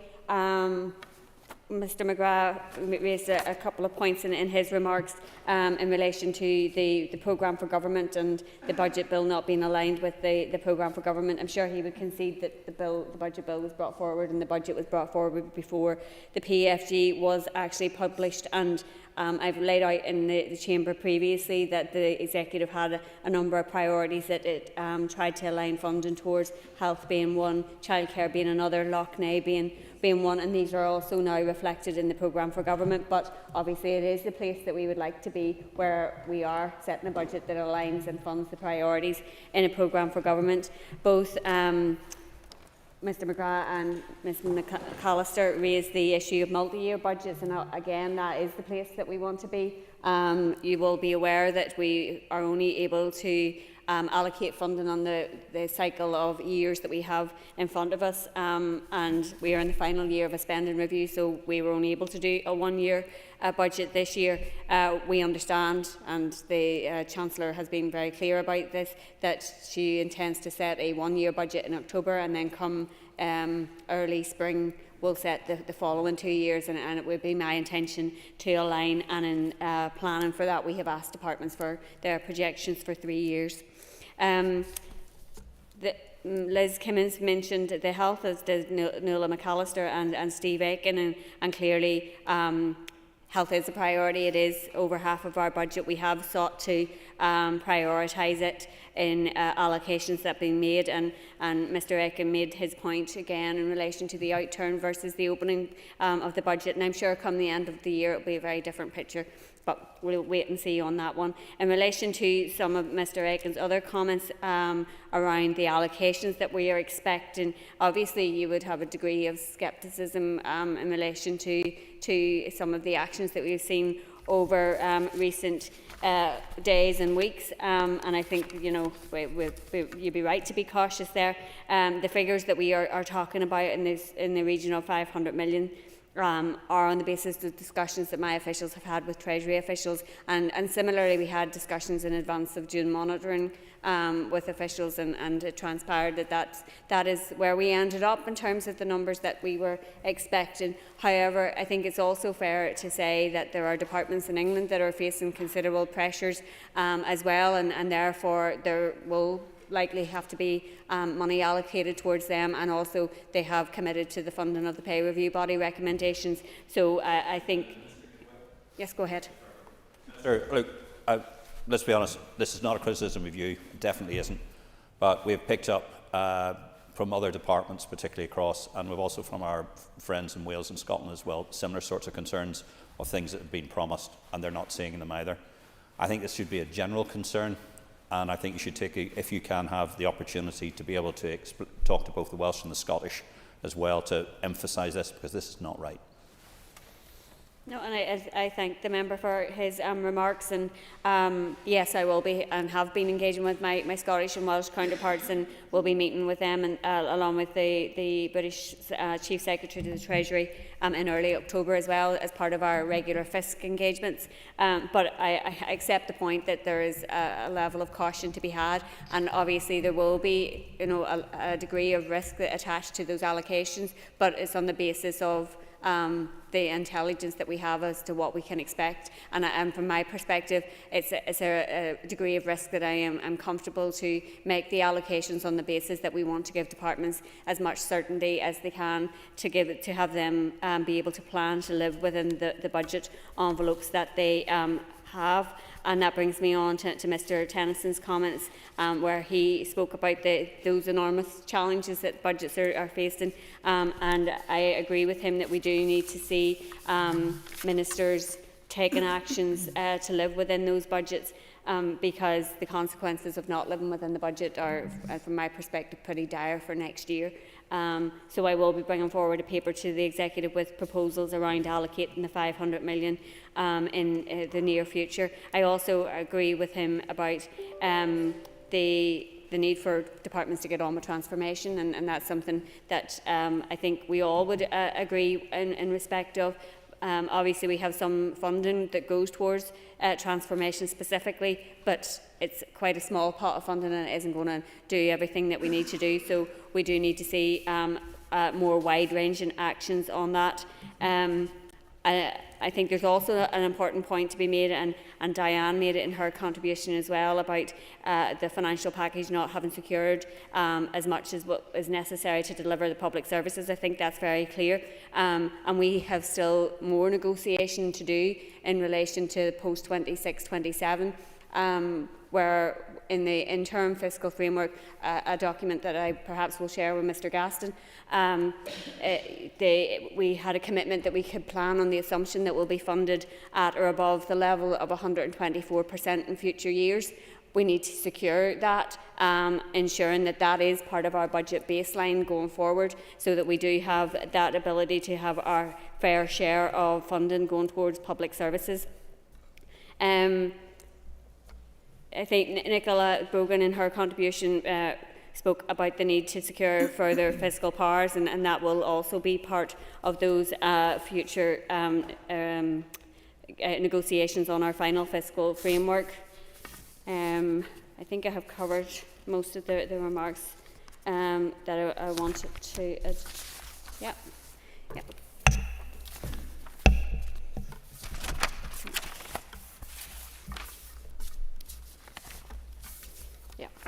So, Las Concordia, I will bring my remarks to a close. I have tried to respond to as many of the issues that members have raised in today's debate and also in previous debates. The Budget Number 2 Bill, as I've already laid out, is a crucial piece of legislation which provides departments with the power to continue to deliver vital frontline services to all of our citizens during the 24-25 financial year. So, in conclusion, I commend the Budget Number 2 Bill to the Assembly, and I ask that members agree to its final stage. It is vital that this legislation completes its passage through the Assembly, as it enables us to keep delivering public services and prevent departments running out of money during the 2024-25 financial year.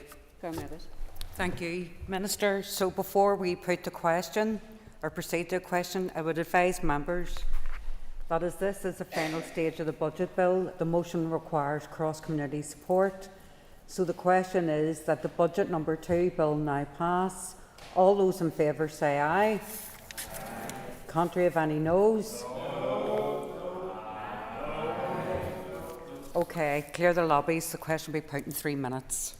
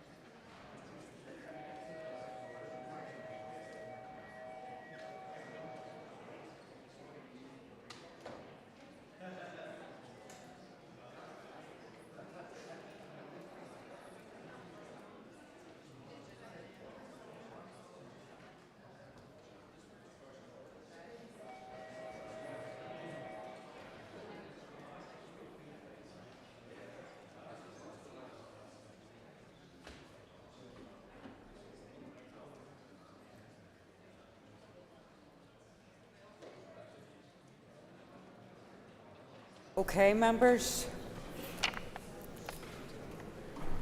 Okay, thank you.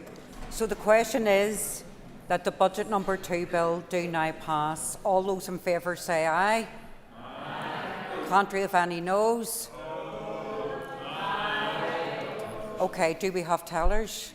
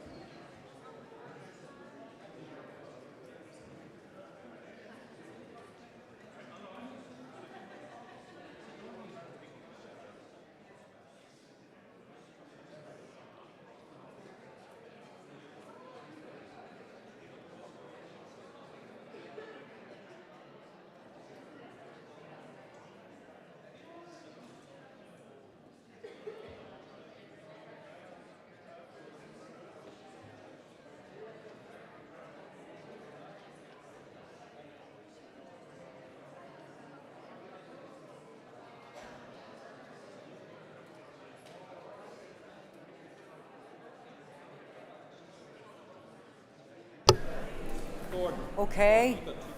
Okay. Order. So, tellers have been appointed as follows. Tellers for the ayes are Nicola Brogan and Sinead Ennis. Tellers for the noes are Steve Aiken and Jerry Carroll. Clear the lobbies. The Assembly will divide. Ayes to my right, noes to my left.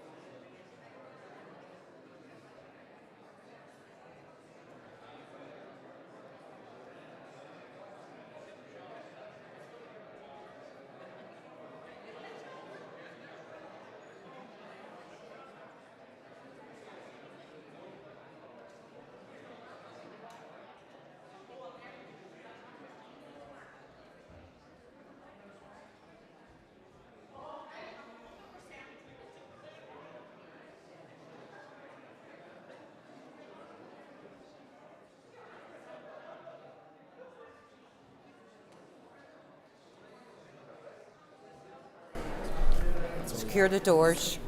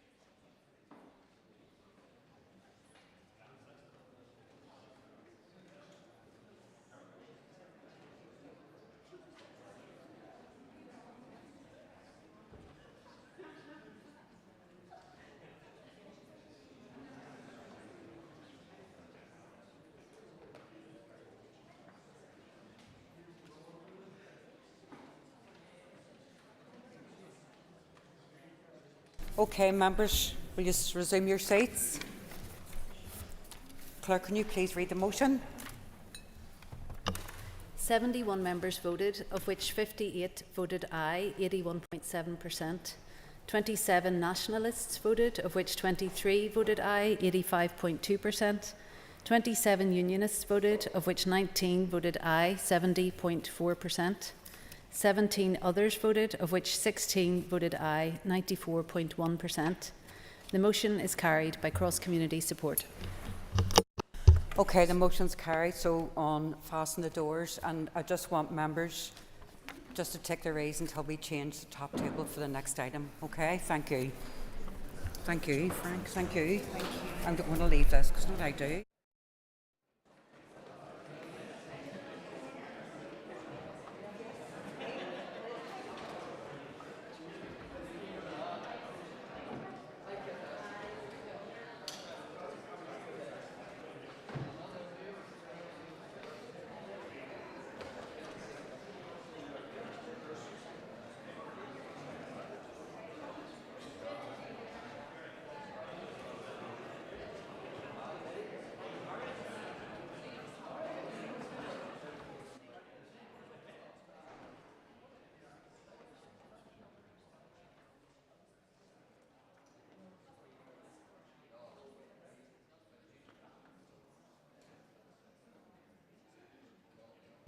Members, order.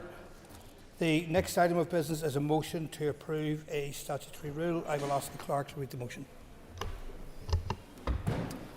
That the Occupational Pension Schemes Funding and Investment Strategy and Amendment Regulations Northern Ireland 2024 be approved. Thank you. I call the Minister for Communities to move the motion. Back to move. Thank you, Minister. The Business Committee has agreed there should be no time limit on this debate, and I call the Minister to open the debate on the motion. Mr Deputy Speaker, the rule we are considering today introduces measures to support trustees in sponsoring employees of defined benefit occupational pension schemes to plan and manage their schemes' funding over the longer term. Most defined benefit schemes are closed either to new members or to new accruals. That means that they have an increasing number of members who are retired or close to retirement, and either a decreasing number of members or no members at all who will make contributions to the scheme. This is referred to as maturing and will change the funding requirements of the scheme. The regulations build on the current funding regime for defined benefit schemes, embedded good practice and provide clear funding standards. This is to ensure that all defined benefit members have the best possible prospect of getting the benefits paid in full when they are due. The aim is to provide clear standards for both open and maturing schemes, ensuring flexibility and promoting better collaboration between sponsors and trustees. This includes an investment approach that reflects the scheme's circumstances.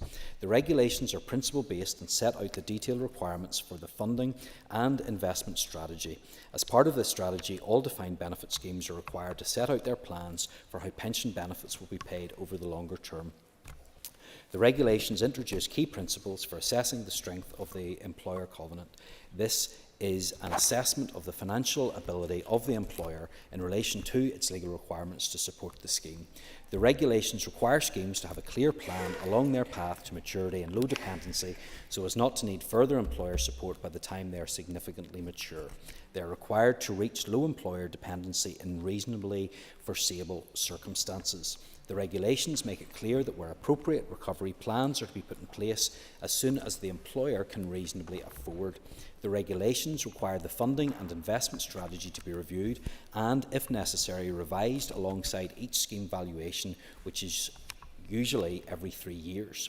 Depending on circumstances, the pensions regulator has the flexibility to ask for less detailed information from schemes to improve long-term planning and avoid unnecessary burdens. The regulations make it clear that schemes have significant flexibility to choose investments while meeting the low dependency principle. This will help support trustees in reacting to changing circumstances while investing in the best interests of their members. The regulations increase the scope for scheme-specific flexibility, for example, allowing open schemes to take account of new entrants and future accrual when determining when the scheme will reach significant maturity. The regulations require schemes to have a funding and investment strategy within 15 months of the effective date of the first actuarial valuation obtained on or after the 22nd of September 2024.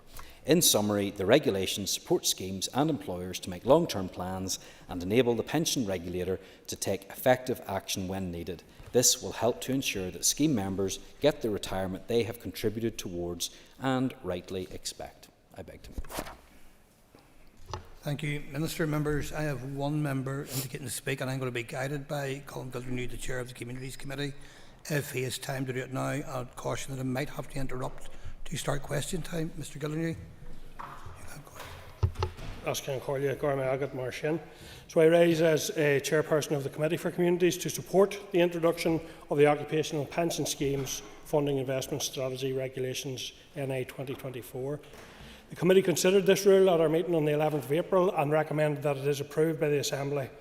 We understand the objectives of these regulations are to support defined benefit scheme trustees and employers to manage risk effectively and to enable the pensions regulator to intervene more effectively to protect members' benefits as needed.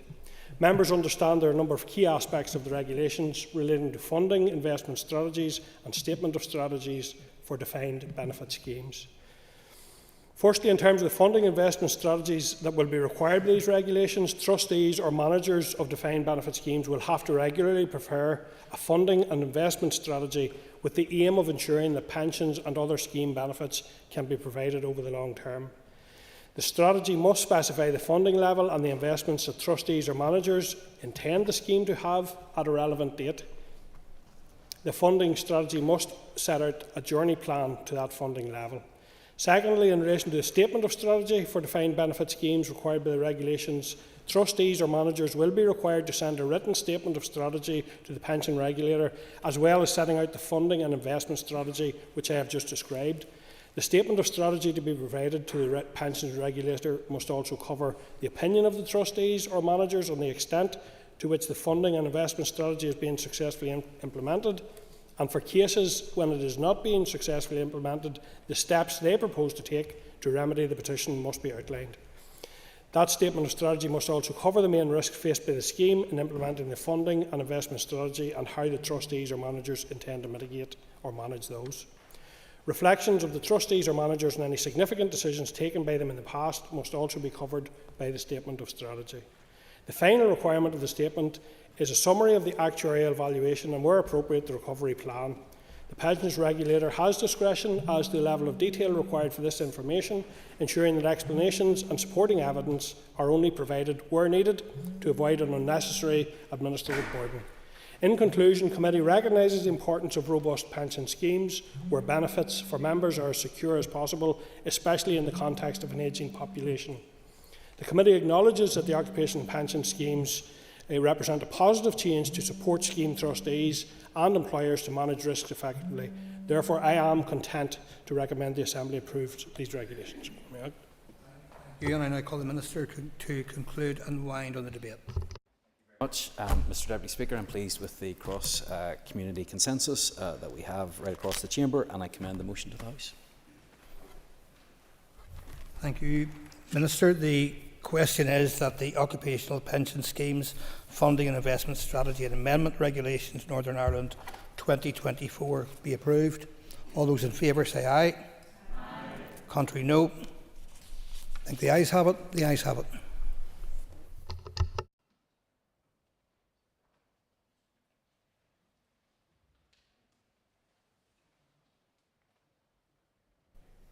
Okay, members, I'll ask you to take your ease just briefly before question time commences at 2 o'clock.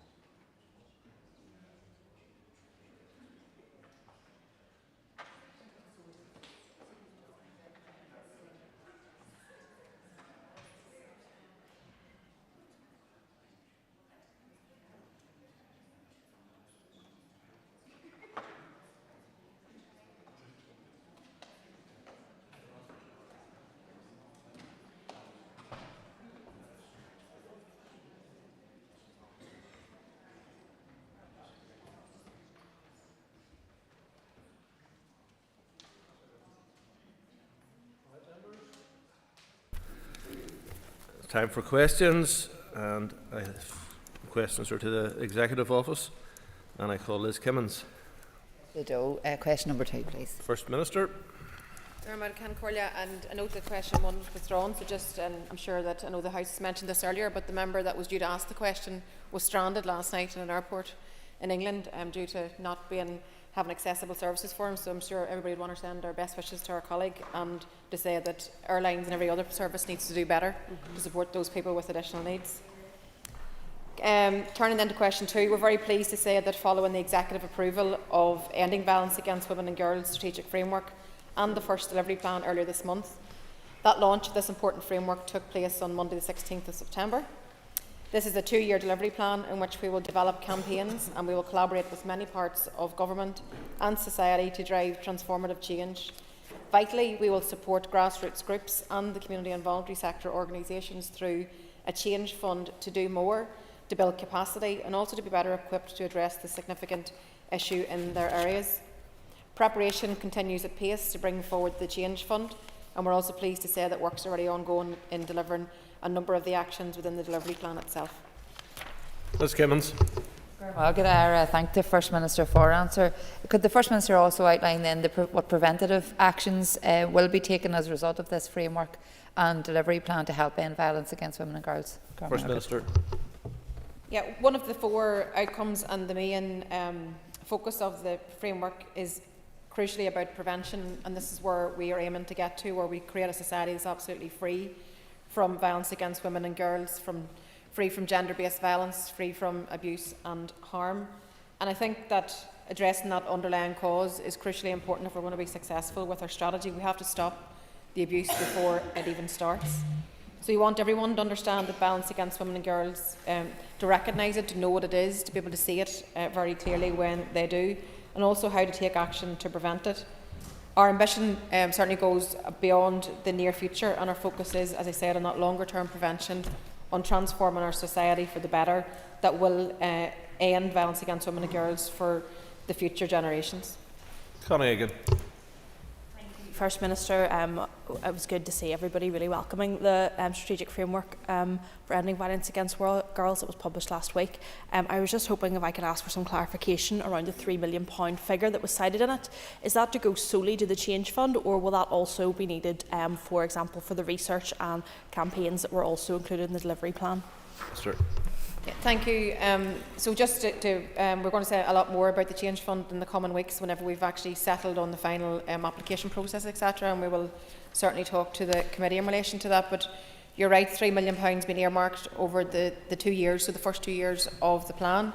And we intend to target that funding very keenly, I suppose, towards the Change Fund itself. You'll also know that we have launched the strategic SBRI Challenge Fund for small businesses, so that's to be very innovative about local businesses creating solutions. And the figure for that, I can't actually remember the right figure, I think it might be 500,000, but I'll confirm that for the member in writing in terms of the actual figure. But that's going to be for 2 challenges for small businesses to develop tools to improve the safety of women and girls at home or at work or at school. That's one area. And then the second will be around innovative methods to increase and improve physical and psychological safety of women and girls in all settings, and equipping people to identify and respond to potential violence. So I think that the funding will be very much targeted on that first 2-year plan, but we want to achieve more. We do want to achieve more funding.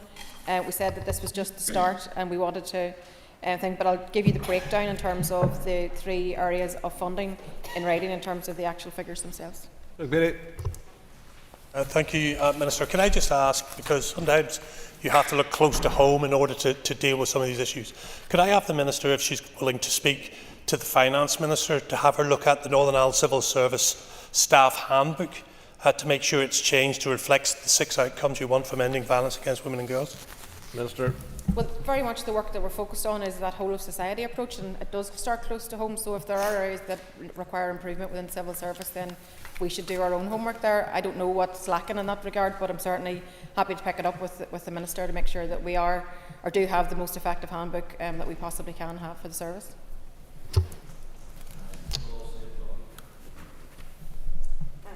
Thank you, Speaker. Minister, what monitoring and oversight will you put in place in order to ensure delivery? Minister. I'm sorry, I couldn't hear the question. Sorry. What monitoring and oversight will you put in place to ensure delivery at pace? Thank you. So as the member knows, whenever we launched the plan last week, we talked about how we'll have an oversight board in place, and that oversight board has already been established, and they're going to oversee the full development and the implementation of the strategy. And I think that in itself is a mark of the seriousness in which we treat this subject, and also that it is a collective executive strategy, so something that we're all focused on working together. I can also say to you that the oversight board itself will be chaired at ministerial level, and as well as that, the board itself is going to be cross-sectoral and inclusive representation from across government, local government, also the community and voluntary sector themselves, and independent experts. And also we have governance in place, and we're going to monitor the impact of all of our actions, and that's being actually designed into the framework itself. So we'll be able to measure our success as we go. We'll be able to do more of what's better and do maybe less of things that perhaps aren't being as effective. So I'm pretty content that we have quite robust oversight and governance in place that allow us to be able to have the best possible strategy that we can have. Timothy Gasson. A few years ago, the now self-styled First Minister told BBC Radio Ulster, "It's not for me to say whether I believe her," in reference to the Maria Cahill case. Does she believe her now, or is she only the champion for cases of women when Republicans are not at fault? Minister. The question is in relation to our strategy to end violence against women and girls. All women, all girls, everyone out there in society deserves to live in a place that's free from gender-based harm. And that's the case whether you look backwards or you look forwards. But this strategy is about how we can design a better society going forward, how we can have prevention at the heart of it. And I am determined to work with all executive colleagues to make sure that this strategy is delivered in its fullness. Order. Mr. Speaker. Sure.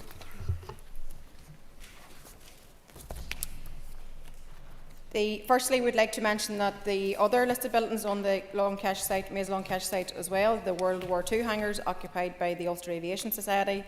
The Ulster Aviation Society participated in the European Heritage Open Days on the 14th and the 15th of September and attracted 7,000 visitors to their collection. The Ulster Aviation Society collection is really a fantastic example of how listed buildings can be preserved and brought back into use. We also had the opportunity to meet with the board of the MLK Corporation in July, and also to hear their thinking on a roadmap for the future. We will discuss next steps with officials in due course. The future use of the listed and retained buildings will obviously form part of that wider discussion, and we've been very clear that we must build on the common ground that I think that we all share in terms of realising the potential of the site for the benefit of all. And we're absolutely committed to working with the corporation to achieve what we think is the huge potential in the site. Thank you, Mr. Speaker, and thank the First Minister for that update. Just wondering, is there any time frame for progress or when the site might be further developed, and in particular to make those controversial aspects of the previous plan not controversial? I think we all, and I think when we've had a previous debate on this issue here in the Assembly, I think we've all collectively joined up and said that we want to maximise the potential from the site, that it can be a huge catalyst for economic development and growth, and very much aligned to our own programme for government in terms of economic growth. So I think we can do all of the above. I think that we can find a way to unleash the potential of the site, being sensitive to the listed buildings and making sure that we develop it as best as we possibly can. So we've had that initial meeting with the board. We intend to continue that engagement. We're talking to our own officials also. In terms of time frame, it's quite a large infrastructure and quite a large project. I don't think it's something that we'll turn over overnight, but certainly there's a political will in which to work together to develop the site, and certainly we are collectively, in terms of our own executive office, committed to ensuring that we can do that. Cathal Boyle. Garmag, Count Corlin, I thank the First Minister for her answers. Just, Minister, could I ask you, given the intention by ministers to make progress on our commitment to build on the common ground to realise the full potential of the site, could the First Minister outline next steps in moving forward? Thank you for that. Earlier this year, we visited the Balmoral show, myself, the Deputy First Minister, the junior ministers, and we were back on site in July, where we actually had our full tour of the site again and met, as I said, with the corporation itself. And I think that was a good opportunity for us again to take stock and also to reflect the feeling from here, from the Assembly, from our recent debate, that we were committed to try to unleash the potential of this site, and also we wanted to talk to the board themselves around their thoughts around a roadmap for the development of the site. And I think, it's clear for us all to see, as I've just said, the entire site and the potential of it is clear for us all to see, and I think that the immense benefits that would bring for our local community and our local economy is not lost on anybody. So I think the scale of the investment is going to be so huge, but the cost of doing nothing will be much greater. It's something that we must tap into even, and it's an opportunity, I think, albeit challenging, but I think it's a huge opportunity for us, and I'm committed to working with the Deputy First Minister, with executive colleagues and indeed all parties in this chamber to deliver on the potential of the site itself. Honeyford. Mr. Speaker, just to ask the First Minister, has she had any discussions with Museums NI around the former prison buildings, and if so, can she give us an update on those discussions? Minister. So in terms of the Development Corporation itself, it seeks as far as possible to make sure that it's in a state of readiness for future development, and that also includes continuing to consider possible approaches to the regeneration of the site and a roadmap for the future. And in that context, the Corporation have held discussions with National Museums as recorded in the minutes of their board. I think that became public some time ago there. But we understand this is about how National Museums might be able to contribute based on their experience in working with historic and listed buildings. No firm proposals yet in connection with National Museums, but has been put for them for consideration, so no decisions have been made yet. But I think it's fair to say that in terms of its own due diligence, the Corporation is seeking to maintain that readiness. So whenever we do get to the point where we have actually a way forward, that at least they have advanced some of this work. Thank you, Mr. Speaker.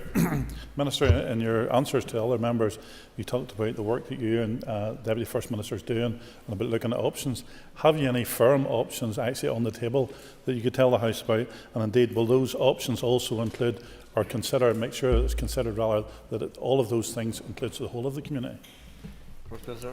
Yes, I think whenever we reflect on the site, what we're talking about is how can we benefit everybody? How can everybody in our local economy benefit from what could be a potential catalyst for investment and economic growth, for job creation, and for everything that whole site could open up. But we need to have a political agreement in terms of how we progress that. The board itself obviously will develop the plans. They will work their way through all the areas, and they set us out some, I suppose, more broader thinking in terms of where they're headed. But we don't have, I suppose, a T's crossed and an I's dotted plan at this stage. But suffice to say, there's a political will and a commitment in which to try to find a way that we can benefit everybody and we actually can realise the full potential of the site for everybody. Declan McAleer. Kesh, question for the Minister. So the public consultation opened on the 9th of September and it will run for 8 weeks. An equality consultation opened up on the same day and it will run for 12 weeks. Surveys are available on the Executive website, enabling people to provide feedback on the draft programme for government and also its accompanying impact assessments. In addition, in-person and online events have been scheduled to enable people to find out more about the process. Further details on these events are available on the Executive website. And also, in addition to these, we will continue to explore opportunities to engage with sectoral partners to gauge their thoughts on the document itself. McAleer. I thank the Minister for her response, and I also want to thank her for attending the prize given in Dean McGurk College, Carrickmore on Thursday evening. Does the Minister agree that regional balance is a core component of the programme for government? First Minister. Thank you, and thank you to yourself and to the school for the invite to come on Thursday night. I put a big premium on investing in our young people, and it certainly was a very positive event and great to be there and to be part of the awards ceremony for all the amazing young people. I mean, I think 100% in terms of regional balance, and I think that this new executive has very much focused on the issue of regional balance. And I do think that, and even the previous question around how can the MLK site, how can that be to the benefit of everybody? And I think that's crucially important. We must share prosperity. We must share that benefit that can be found from investment. So in terms of strengthening our local economy, supporting our local businesses, investing in infrastructure, that has to be felt fairly right across the north, and delivering regional balance is core to the intent and to the vision and ambition even that underpins the programme for government itself.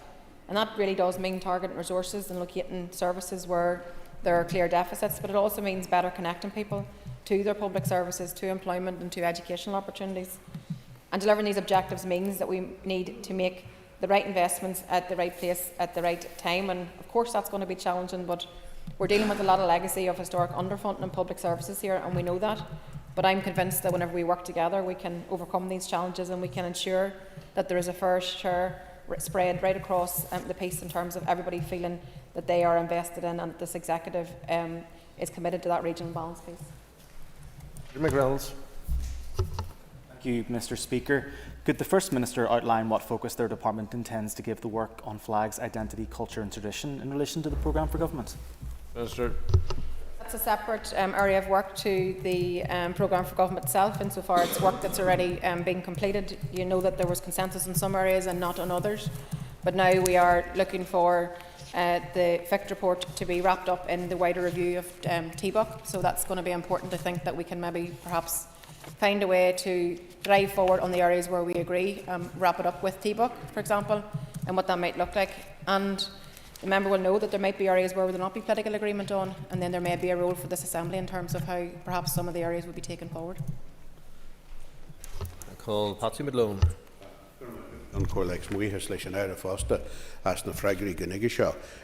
Minister, I was glad to hear you referring earlier there to prosperity. But in your consultation, can you advise if you have yet engaged with anti-poverty campaigners? Because the lack of a mention of the anti-poverty strategy came certainly as a blow to many in that sector, but more importantly, as a blow to many others who are actually suffering from poverty. Minister. Of course, and I just said in my previous answer, I think it's important that everybody feels prosperity and everybody feels invested in. So I absolutely concur with you that we need to see the anti-poverty strategy published and we need to see it put into action.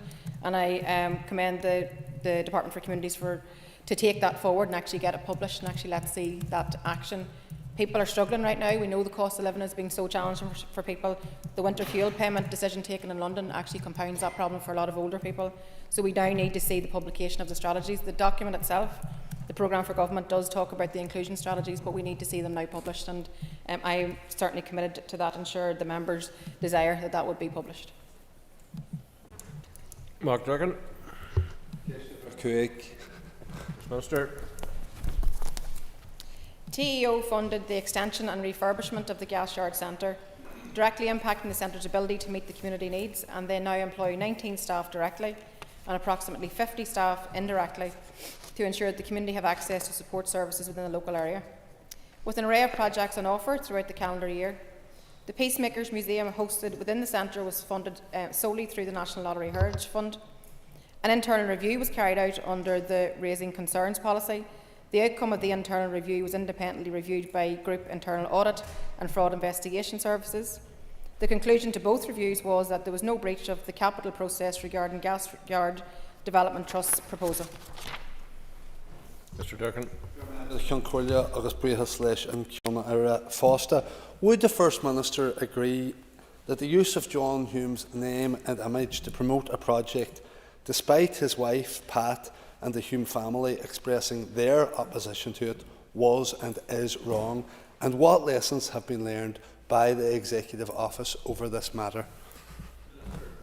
I can assure the member that I'm absolutely delighted that our department was actually involved in funding and supporting the extension and the refurbishment of the Gas Yard Centre, and I just referred to the employment that it created and what it means in terms of the local area and the community having access to support services in the area. I think that's a fabulous thing, and we stand over that and we're very proud of that. In terms of the Peacemakers Museum, TAO don't provide any direct funding for that, and therefore it's an issue between both the family and the museum themselves. Thank you, Mr. Speaker. Minister, there's no doubt that the Peacemakers Museum has proven to be divisive, not least amongst the nationalist community. There's no doubt as well that lessons need to be learned from the department as to how these types of projects are handled. What lessons does the Minister think that can be learned as a result of what has happened in relation to the Peacemakers Museum? Yeah, I think that, again, I remind the member that TEO weren't involved in funding the museum itself. We obviously the gasworks, which is different, and we're proud of that investment. But in terms of the museum itself, it's clearly there has been a lot of public commentary around that. And whilst we are not responsible for the content, we did have TEO did contract Ulster University to provide some sort of additional assurance on the information that was shared within the content steering group and the development of the museum narrative. And University of Ulster and National Lottery Heritage Fund confirmed that they were content that this had been met prior to construction works commencing. So just to say that, I mean, I think that, like all of these things, they're much better tried to be resolved in a conversation as opposed to perhaps sometimes megaphone diplomacy. Mr Speaker, can I ask the First Minister to detail what steps are planned for the remainder of the mandate to recognise those who have made a contribution to peace in Northern Ireland? Not exactly related to the question, but there are a number of events that will happen. I know that myself and the Deputy First Minister have been invited to a number of events around celebrating 26 years now of the Good Friday Agreement. We're having a number of different events. Perhaps it'd be better to write to you just to note whatever it is that we have. But look, I think we should be very proud of those people that stepped forward and created the peace and created the conditions for peace. I think we should, as we did for the 25th anniversary of the Good Friday Agreement, we reflected on all that in terms of what was achieved and that those people that stepped forward and got us to the point where we had the Good Friday Agreement, and how grateful we are for that. And our job as political leaders of today is to keep building for the future, to keep building towards the next 25 years and how we can lift everybody up in society and how we can have an inclusive society, because we're living in an ever-changing place, a much more diverse place, and I want us to live in a society that's fair, that is very welcoming, that is very inclusive, and I know that that's why everybody in this chamber is elected to also do that too. Philip McGuigan. Minister. The appointment of a new Commissioner for Victims and Survivors is essential to inform the development of policies and to help ensure the longer-term needs of victims and survivors are represented by a strong, independent voice.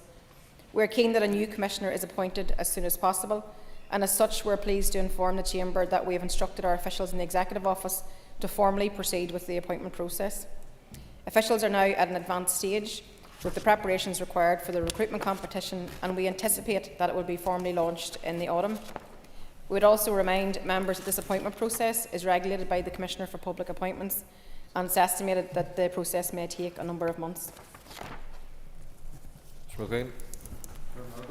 I thank the First Minister for the response and the movement on the appointment process of a new Victims and Survivors Commissioner. And recognising the key role that Commissioners play here in our model of government, can I ask the First Minister to indicate what stage the recruitment competitions are now at to appoint Commissioners under the Identity and Language Act? Minister. Well, I can say that we have made initial decisions in respect of the appointments process, so we've been able to make some progress there, and officials are now working to provide further advice to ministers, which will include information documents for each of the competitions, as well as details of selection panels. The development of this competition documentation is at an advanced stage, and officials are also finalising the selection panels for the competitions themselves. So once these are agreed, the competition initiation meeting needs to be conducted for each of the competitions, which will allow officials to provide finalised paperwork for ministers. So subject to that agreement, then this competition process can be launched, and I hope that that is in the immediate period ahead. Stephen Dunn.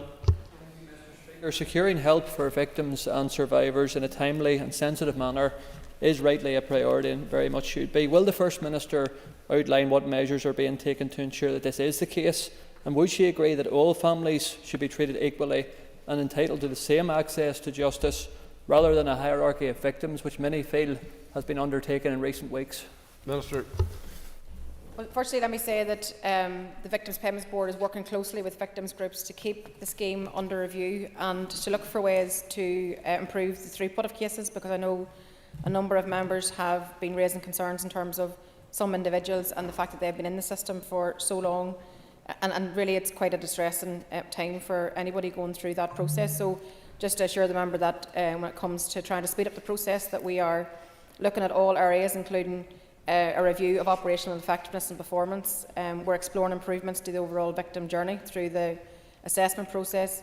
We are doing workshops with victims groups on improving the process, and we're also working with NIJAC to bring the board up to full complement.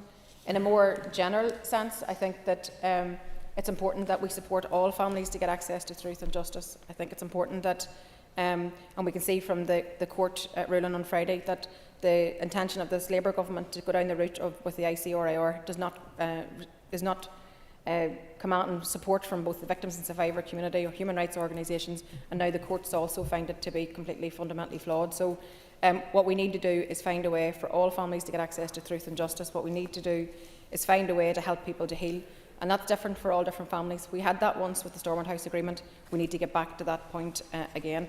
Can I commend the Finucane family, because I think that's what you're referencing. The Finucane family have been campaigning for over 3 decades to get access to truth and justice. They were due that public inquiry. They have been let down at every turn by successive British governments, and I commend Geraldine Finucane for her bravery and her courage to keep going for all of these years. And what I want for the Finucane family, I want for every family. Kate Nicholl. Please.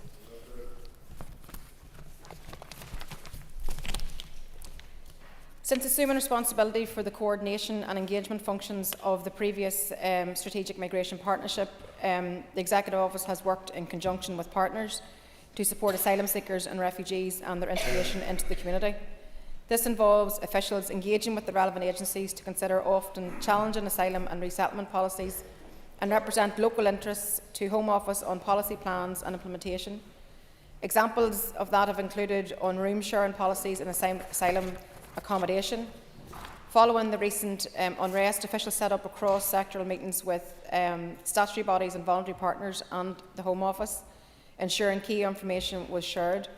A further element of our Strategic Migration Partnership work has focused on building a picture of community cohesion and service availability in a number of local locations. Phase 1 has been completed and it's being used by the Home Office to inform asylum dispersal here. In a similar vein, officials led a multi-agency working group to address move-on pressures and to help facilitate the transition for those gaining immigration status to live here. We will continue to work closely with our cross-sector partners to build on these successes and also to further strengthen engagement and communication in this area. Ms Nicholl. Thank you, Mr. Speaker. Thank you, First Minister, for your answer. I recently learnt that children in contingency accommodation will no longer be able to go to school until they're in permanent accommodation. Some of these children that I'm working with have been in hotels for up to 2 years. I am very worried that there is going to be an inquiry at some stage into the treatment of these children. There are some who are malnourished, have poor mental health, and now to not be able to go to school, I think, is deeply concerning. What assurances can you give me that your department is going to do everything it can to ensure the well-being of some of the most vulnerable children in our society? Minister. Thank you, and I can give you an assurance that we certainly will do everything that we can, and where any particular issues arise, we would always want to know about that so that we can respond appropriately. And I know in terms of access to school places for asylum-seeking children, the Education Authority are no longer going to intervene to support them to secure a school place in that initial 4-week period because of fear of them moving on and then the children being moved from school to school, and perhaps there's a challenge there. But I think it's just important that we're sensitive to all of these things, that we get it right. And if the member has any particular areas of concern or perhaps maybe would like to talk to me, I'm more than happy to hear that, because we've been advised by EA, by the Education Authority, that in these types of accommodation for a short period of time, it would cause unnecessary disruption to families. So I think we just have to be careful and just work our way through this as best we can. But if there's any in particular cases that you'd like to raise, I'm more than happy to hear from you. Declan Kearney.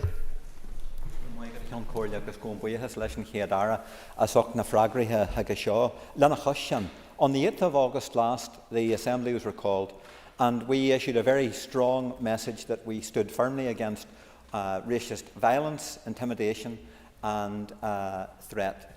Would the First Minister agree with me that we need a political and a legislative zero tolerance against all forms of hate crime? Less than a minute.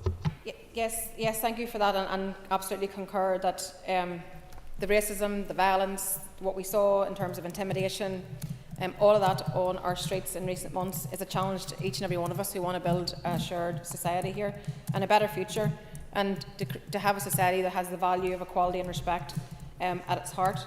And we as an elected body also need to have that approach to promote and uphold that. And I think that we can never and will never lose sight of, I suppose, the damage and lasting impact of this type of activity that we saw over the week. These crimes that we have witnessed in terms of victims and their families and our communities it's harrowing to watch and not acceptable. So I think the zero approach, the zero tolerance approach that of message that we sent out over the summer is vitally important, and we need to keep driving that home. We're not going to accept this here in this place we call home. We say no to intolerance and we say no to hatred, and I think that we have to do everything that we can to ensure that those people that have made here their home, those people that have been born here, that the richness that their diversity brings is something that we should celebrate and something that we very much want to have in our community. There's topical questions. I call Sinead McLaughlin. First Minister, I am sure that you will have heard and welcomed the DUP leader's media interview this morning, in which he commits that his party will not collapse these institutions during this mandate. Would you also like to give the same unequivocal commitment to this House today? First Minister. I've always been clear that I'm here because I want to be. I'm here because I want to govern. I'm here in the executive, leading the executive, developing a programme for government, bringing forward strategies, trying to make people's lives better. I'm fully committed to making the institutions of the Good Friday Agreement work, including the executive and the Assembly. Sinead McLaughlin. Thank you, Minister. I was looking for a yes answer only. But, Minister, you have previously said that you are up for reform of these institutions. Are you aware of any of the work that this Assembly, the Assembly and Executive Review Committee is doing on this issue, or is it just all oral fudge? First Minister. Perhaps the member isn't sure, but the Assembly and Executive Review Committee, the job of that committee is actually to look at the functioning of these institutions, how it works, can we improve it, can we do better, can we reform. My team are there participating with all of the other parties in terms of bringing forward ideas, trying to progress areas where we can strengthen how we do business. We're always have been up for that and will continue to be in the committee. Diane Forsyth. Mr Speaker, and I thank the First Minister for her answers so far. Next month, the Prime Minister will host a major international investment summit in London, advancing opportunities for investment and growth across the UK. Will the First Minister and Deputy First Minister be there to showcase Northern Ireland? First Minister. Yes, I believe we got an invitation towards the end of last week. So when we met with the Chancellor last week, this was one of the areas that we discussed. So we think that we have a unique selling point now. We need to make sure that we maximise that we're going to grow our economy. We take every avenue and every opportunity that's open to us. So I think they're just trying to settle on a date for when that might be. Ms Forsyth. Thank you very much for that answer. And would the First Minister agree with me that Northern Ireland has a number of key sectors where we punch well above our weight, not least the aerospace industry, which is a significant employer in my constituency? And I ask, what will the key message be to investors about why they should choose this part of the United Kingdom to invest in? It's a very simple message, and it's one that we've delivered since we've come into office. We are open for business. That message resonates with people. It's important that we give that message of political stability, that we have a plan to grow our economy, that we have plans in terms of to really showcase the strengths that we have here. And we have a lot of strengths and things to be proud of.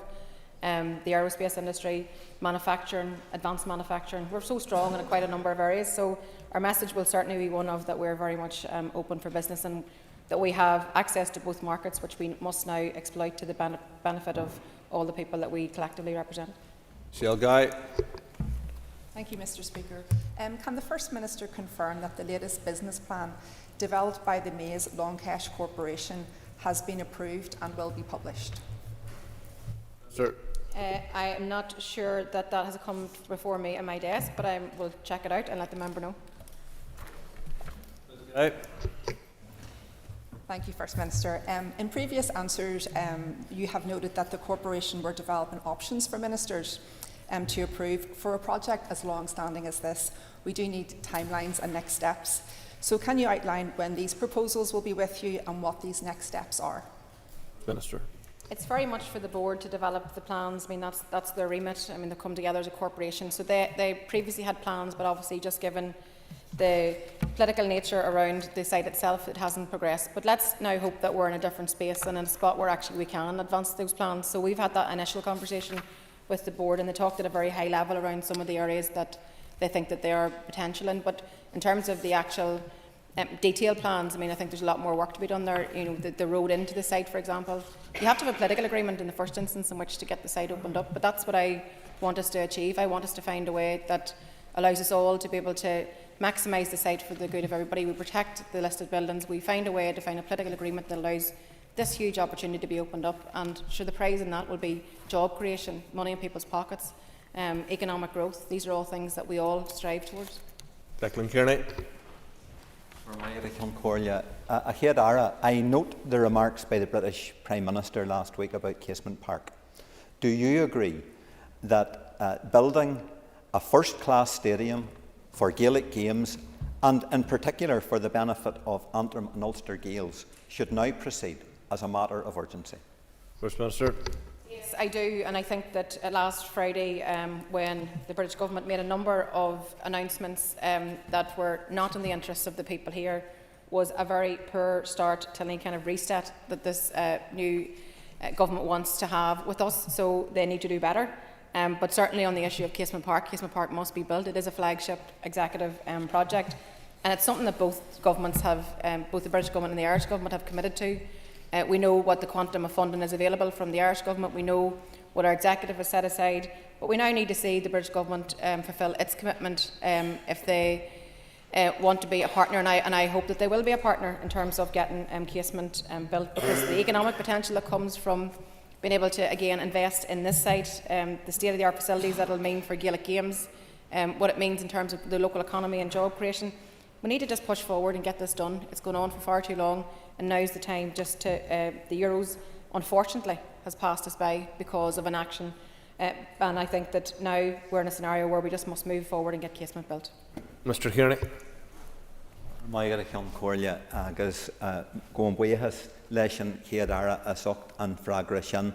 Agus an ábhar Céarna, do you concur, First Minister, that the building of Casement Park will be hugely beneficial, not only for the provision of other sporting events which could be hosted in Casement Park once developed, but also will act as a spur for significant investment here into the north, and also for the generation of much needed, good, solid, well-paid employment? Minister. Yeah, I think absolutely. I think the economic benefits speak for themselves. So we just need to get on and get the stadium built now. And you know, it is much wider. It'll be to the huge benefit of West Belfast in terms of that local economy, but even it's much wider than that in terms of what the construction of Casement Park will do, and you know what it means for Gaels, what it means for job creation, what it means for growing our economy is quite significant, and we just must now move on and get it done. And I am determined to make sure that that is the case. Trevor Clark. Speaker, in the King's speech this year, reference was made to the setting up of the Council of Regions and Nations, and I suppose that was left for the Prime Minister. Has anything moved in relation to that, to all of the regions of the UK and participation in that? Minister. We, I think, have just been given an exploratory date, actually, so I think they are trying to put it together, but nothing's confirmed yet, but they do seem to be proceeding with actually setting this up. Mr Clark. And given that they've set an exploratory date, I presume you will be welcoming that with open arms. But do you know, in relation to the Council of Regions, what particular work or what format that will take, or what interests or what will be on the table in terms of discussions? So, no, we don't have any kind of in-depth detail, but of course I participate in all bodies and all of these groups. There are quite a lot of them right now, but I will continue to participate where I believe that it will lead to the betterment of the people here. So we know on a highbrow what's been suggested, but we don't have the actual detail of actually what an agenda would look like and where we would participate or how we participate in. But certainly we will be attending whenever it's arrived at, the dates is settled. Declan McAleer. Does the First Minister agree that the pay settlement reached for education support staff is a welcome development? Yes, I do think it's very good news that for the teaching staff, for the support staff, that we have been able to get to the point where an agreement has been reached in terms of a fair wage. And I think, again, this comes down to that old adage where we get more done whenever we work together. So I do commend both the Finance and the Education Ministers for the work that they did together to constructively find a resolution to this matter. And we know that the action was going on for a very long time, and all credit to the support staff in our schools and our teachers who worked together to try to achieve what they did in the end, and I commend them for that, because they do deserve to have fair pay and good working conditions. So I just want to commend that approach in terms of the two ministers working together, but also the education and support staff themselves. I'll give thanks to the Minister for her response. Minister, given that the McGee University Task Force report has now been published, would you agree that the expansion of McGee University is vital for the North West in terms of increasing student numbers and boosting the economy? Minister. Yes, I very much welcome the publication of the task force last week, and I think the task force itself, spearheaded by Stephen Kelly, was one of the first things that our Economy Minister, Conor Murphy, established whenever he took up office. And I think that the delivering of 10,000 students at McGee is an executive priority, and one which we're all determined to deliver on as part of our work to promote regional balance. So I think that's a really strong sign of intent. It also demonstrates that progress is being made, and I really think it is a real exciting opportunity to further establish the North West as a vibrant place to live and to study. And I think if we work together with all partners, we will deliver a first-class university in the region. Van Kingston. Mr. Speaker, the First Minister may be aware that youths from Ardoyne have been causing sectarian nuisance over the last 4 days at Hillview Retail Park and in that part of North Belfast, including entering Tennant Street and Canberra Street, and tools that they were carrying have been recovered by the police. This has also resulted in security gates on both sides of the community having to be closed early by the police. Does the First Minister agree with me that in the interest of good relations, everyone within the community should be using their influence to bring this behaviour to an end so that people and shoppers can live in peace? First Minister. Yeah, sorry, I'm not aware of the ins and outs of that, but just to say, obviously, that all those, particularly those who work in interface areas or who work in the local communities, need to work together to ensure that where perhaps our young people are being distracted until areas such as this, that we can perhaps take them in a different path. And I think I would definitely commend a lot of the good work that is done across community groups and those people on the ground working with young people day and daily. But certainly I hope that it doesn't become a constant feature, and I hope that perhaps there's a way to try to find a resolution to what's happening. Mr. Kingston. Just given that this has now, it's the 4th day, yesterday it was that this continuing, just that the First Minister makes the point, can't be just left as a matter for the police, elected representatives, youth workers, interface workers and residents and community workers all have a role to play in ending this, as she has said. First Minister. Yeah, yes, and certainly if anything in TO can be done to assist, then we're more than happy. But I think that the general point of all of us in political leadership trying to use our influence and things like this is very, very important, and usually finds a better solution whenever it comes organically from the ground. Ciara Ferguson. A great day last Wednesday when we had the First Minister, Deputy First Minister and our Finance Minister in the city to sign off the growth deal. Could I ask the First Minister, would you agree that the growth deal signed off last week for Derry and Strabane will be an economic game changer for the region? First Minister. Yes, I thought it was a fantastic event last week to be able to be there, to be part of the signing of the growth deal, particularly given the negative publicity around the growth deals in the days previous to that. But I was delighted and didn't want the event to be overshadowed by the negativity, because obviously we've got work to do in terms of fighting for the Mid-South West and the Causeway Coast and Glens deals, which we collectively are determined to do. But no doubt the £290 million investment for the Derry City and Strabane growth deal marks just another huge milestone for the North West. It's going to be transformative in terms of job creation, infrastructure, education, tourism projects, investment in our communities. And I believe that the potential of every city, town and community right across the area that it covers is going to create just such huge opportunities for the North West in general. And I think when you combine it with the work that's been done around the McGee Task Force, when you combine it with the work that's been done around regional balance, I think you can see that this is a game changer in terms of the collective effort to ensure that there's proper regional balance in the North West. Now move to questions to Minister for the Economy, and I call John Stewart. Minister. Enterprise NI is a vital part of our entrepreneurial ecosystem. We are primarily a small business economy, and the work that Enterprise NI does to support small and micro businesses, including by delivering Go Succeed, is hugely important. Early in my tenure as Economy Minister, I met with the Chief Executive of Enterprise NI, Michael McQuillan, and the Chief Executive of Mollusk Enterprise Park, Emma Garrett. I have also appointed Conor Patterson, Chief Executive of Newry and Mourne Cooperative and Enterprise Agency, as one of my expert advisors. My officials and I continue to engage with Enterprise NI and the local enterprise agency network in relation to opportunities for entrepreneurs and small businesses right across the north. Mr. Stewart. For his answer and declare an interest as the chair of the all-party group on micro and small enterprise. You rightly point out, Minister, the great work that not only Enterprise and I do, but our local enterprise agencies right across the country helping new and existing entrepreneurs further their business. Sadly, time and time again, local enterprise agencies are telling me they just do not have the funding to meet the work that they want to do. What more can your department and also local government do to support them to continue the great work that they do? Minister. Well, I think firstly we have to recognise, as you said, the quality of the work that they do, the vital nature in terms of supporting start-ups and supporting our small and micro businesses to grow. So as part of the regional plan that I'll be announcing next week, Invest NI will have targets in relation to start-up and targets in relation to growth, as well as targets in relation to FDI.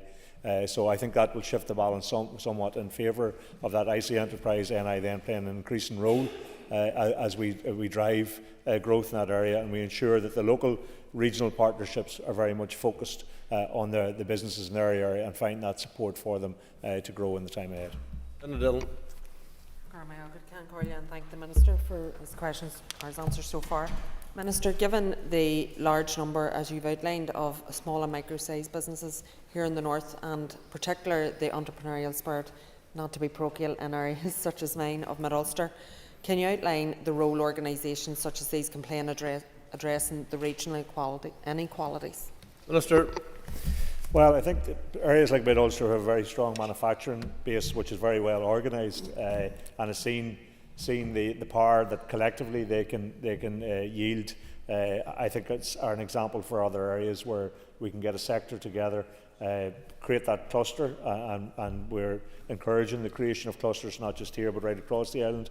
I think that gives smaller and more medium-sized businesses more economic clout, more clout in terms of ensuring that skills pipelines are met, that they work with the provider of skills to make sure that the big challenge that we have for all of our businesses is to get sufficient people with sufficient skills. So the more areas are organised in that regard, then the more they can enhance what they're already doing, which is remarkable in many cases, given the size of this region and the size of our economy, that we have so many world leaders across different sectors. So I think that does lead to more regional balance, because it means that people come together in their own areas, they recognise their own strength, and I hope that the work we're doing in terms of regional balance and local regional partnerships will enhance that type of approach. Kate Nigel. Thank you, Minister, for your answers so far. Can I ask what learning is being applied across the local enterprise agencies, particularly those in the same council areas? Minister. Well, as I say, I think it is a matter of trying to support the enterprise agencies to do the work that they do very well. There are a range of them right across the region. We've had the opportunity to meet with them individually and collectively. The balance, I think, will shift in the time ahead in terms of what Invest NI as the primary delivery arm for the department is doing in terms of setting targets around growth, setting targets around start-up. These are focuses that perhaps didn't get the attention that they deserved over many years. So I would see that as changing the balance and then changing the picture. If you allied that then, as I said, the local regional partnerships that we intend to set up, I think that puts a much greater emphasis right across all of the council areas on, some council areas are very strong in terms of economic development, some aren't so strong. What we want to do is trying to lift everybody up to a level where they're articulating their own needs and they have some support and resource to do that. So that is intended to be the approach. I intend to launch a statement on that next week, and I'll be very happy to give more detail in that regard then. Cheryl Brownlee. Hey. Minister. With regard to sustainable jobs, I have identified the creation of good jobs as one of my 4 priorities. To this end, we're focused on growing sectors that have the greatest potential to provide decent and secure employment for workers and their families. My department is also consulting on an employment bill which aims to improve the quality of jobs right across the board. In terms of skills development, I announced a new skills fund of 11.5 million in July Community-based providers, as well as regional network of further education colleges and our higher educational institutions, are key to ensuring access and inclusion for everyone. Brunley. Thank you, Mr. Speaker, and thank you to the Minister for your answer. In terms of the Skill Up programme, this is a fantastic programme that is delivered throughout Northern Ireland. How is your department assessing this to ensure that there's a broad balance and that all people from different backgrounds, economic and social backgrounds, are being represented and benefiting from this programme? Minister. Well, I think in terms of the broad level of support we have for getting people into employment and trying to ensure that we have job opportunities right across the board for, as you say, all areas, but all sectors of people within that. We have a good network in terms of people who do, if you like, first level provision in the community. They're working very closely with all of the regional colleges, and we have a very strong regional college presence right across the north, and in turn they're looking at higher institutions, higher level education institutions.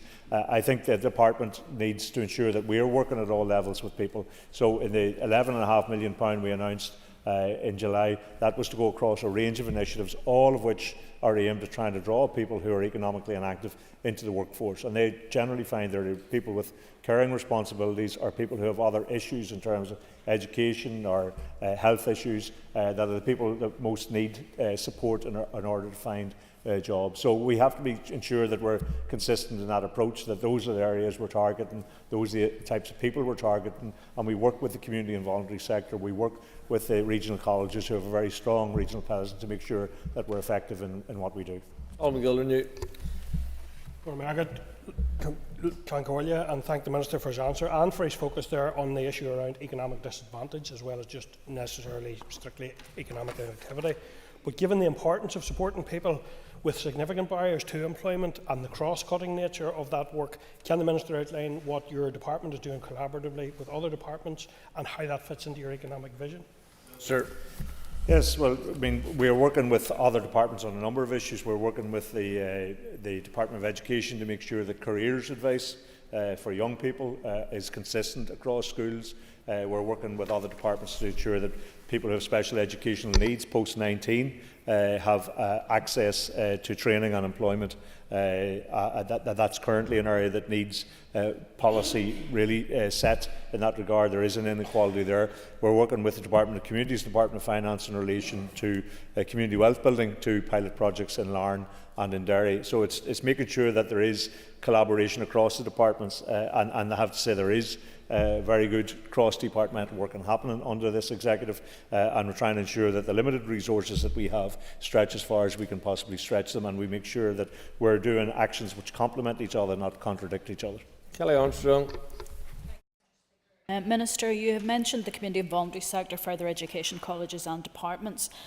We also know that Belfast City Council has been engaged in important and successful work to upskill and bring people into the workforce through their employment academy interventions. What engagement has the Minister had with councils and the Belfast City Council in this programme, and are there any plans to expand this model to other areas? Minister. Well, I met with Belfast City Council the other week with all of the group leaders and Chief Executive and a number of officials. We talked about the area of skills and we talked about the area of access to work in a range of areas. Belfast City Council are very good at what they do in this regard, and there is, I suppose, a model there which I would hope that other councils who perhaps haven't got the same resource but haven't had that opportunity to develop their economic side of the council policy in the way Belfast has done.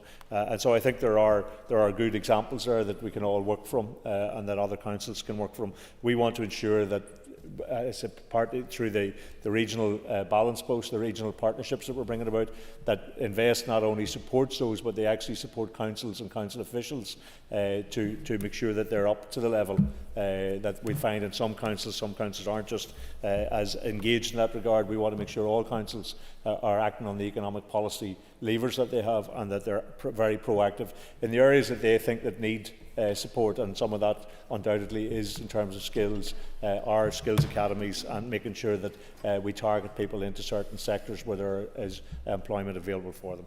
Justin McNulty. Thank the Minister for his answers thus far. Minister, raising the skills profile is essential in combating poverty. What proportion of the new skills fund will be directed towards areas of higher deprivation? Minister.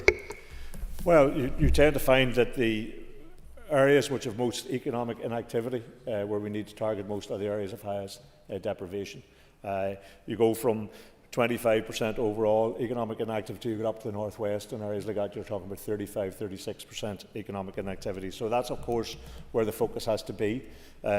We are in a position where a lot of the skills money which the Department of Economy traditionally relied on was European funding, which has not been replaced. And so we've had to identify sources of funding to try and ensure we do provide money into skills and training support, which I did in July with £11.5 million of support. But we also have to ensure that we work closely with regional colleges, with community and voluntary sectors, with groups like Clanroy, who you'll be familiar with in our own area, who work to identify and support people who are economically inactive to try and bring them back towards the workspace, and to make sure that those groups, the colleges, those groups and the universities are all working collaboratively together to try and get the best possible impact. And that, of course, will apply most in the areas where these people reside, which tends to be areas of deprivation.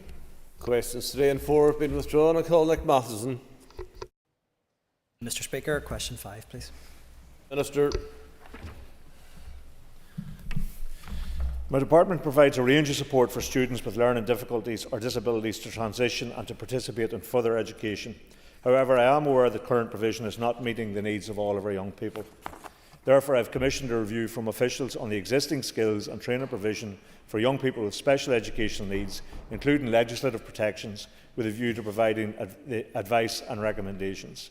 The team has participated in a DE-led parent-carer stakeholder sessions, met representative organisations, met Alma White, who many of you will know I met in June as part of her campaign for her son Caleb, and is due to brief the all-party group on learning disability.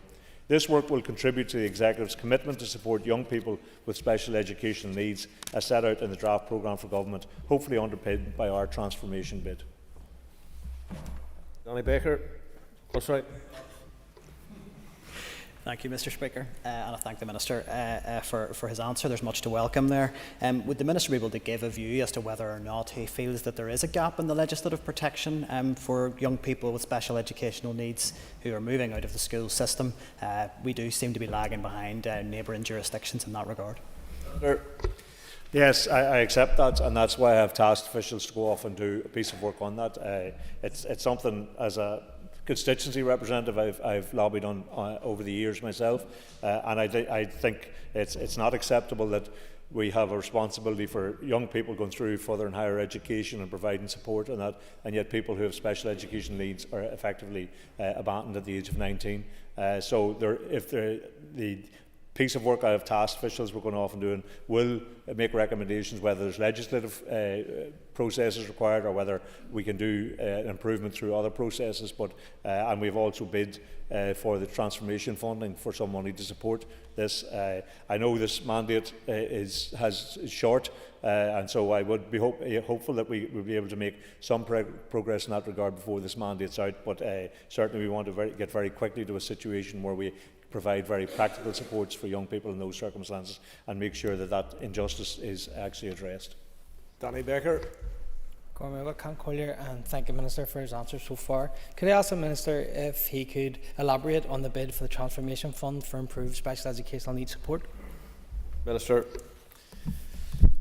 Well, there is a process going on at the moment in relation to Transformation Fund that the Department for Finance are running. We have bid for support. We presented a bid to the Interim Transformation Board panel last week, answered their detailed questions. I understand they will have a final feedback call with the Department of Finance tomorrow, I think, and that will include an indication as to next steps. So we are reassured that the panels recognise the significance of the issues we're committed to in doing what we can to improve the lives and opportunities for young people with special education needs and for their families as well.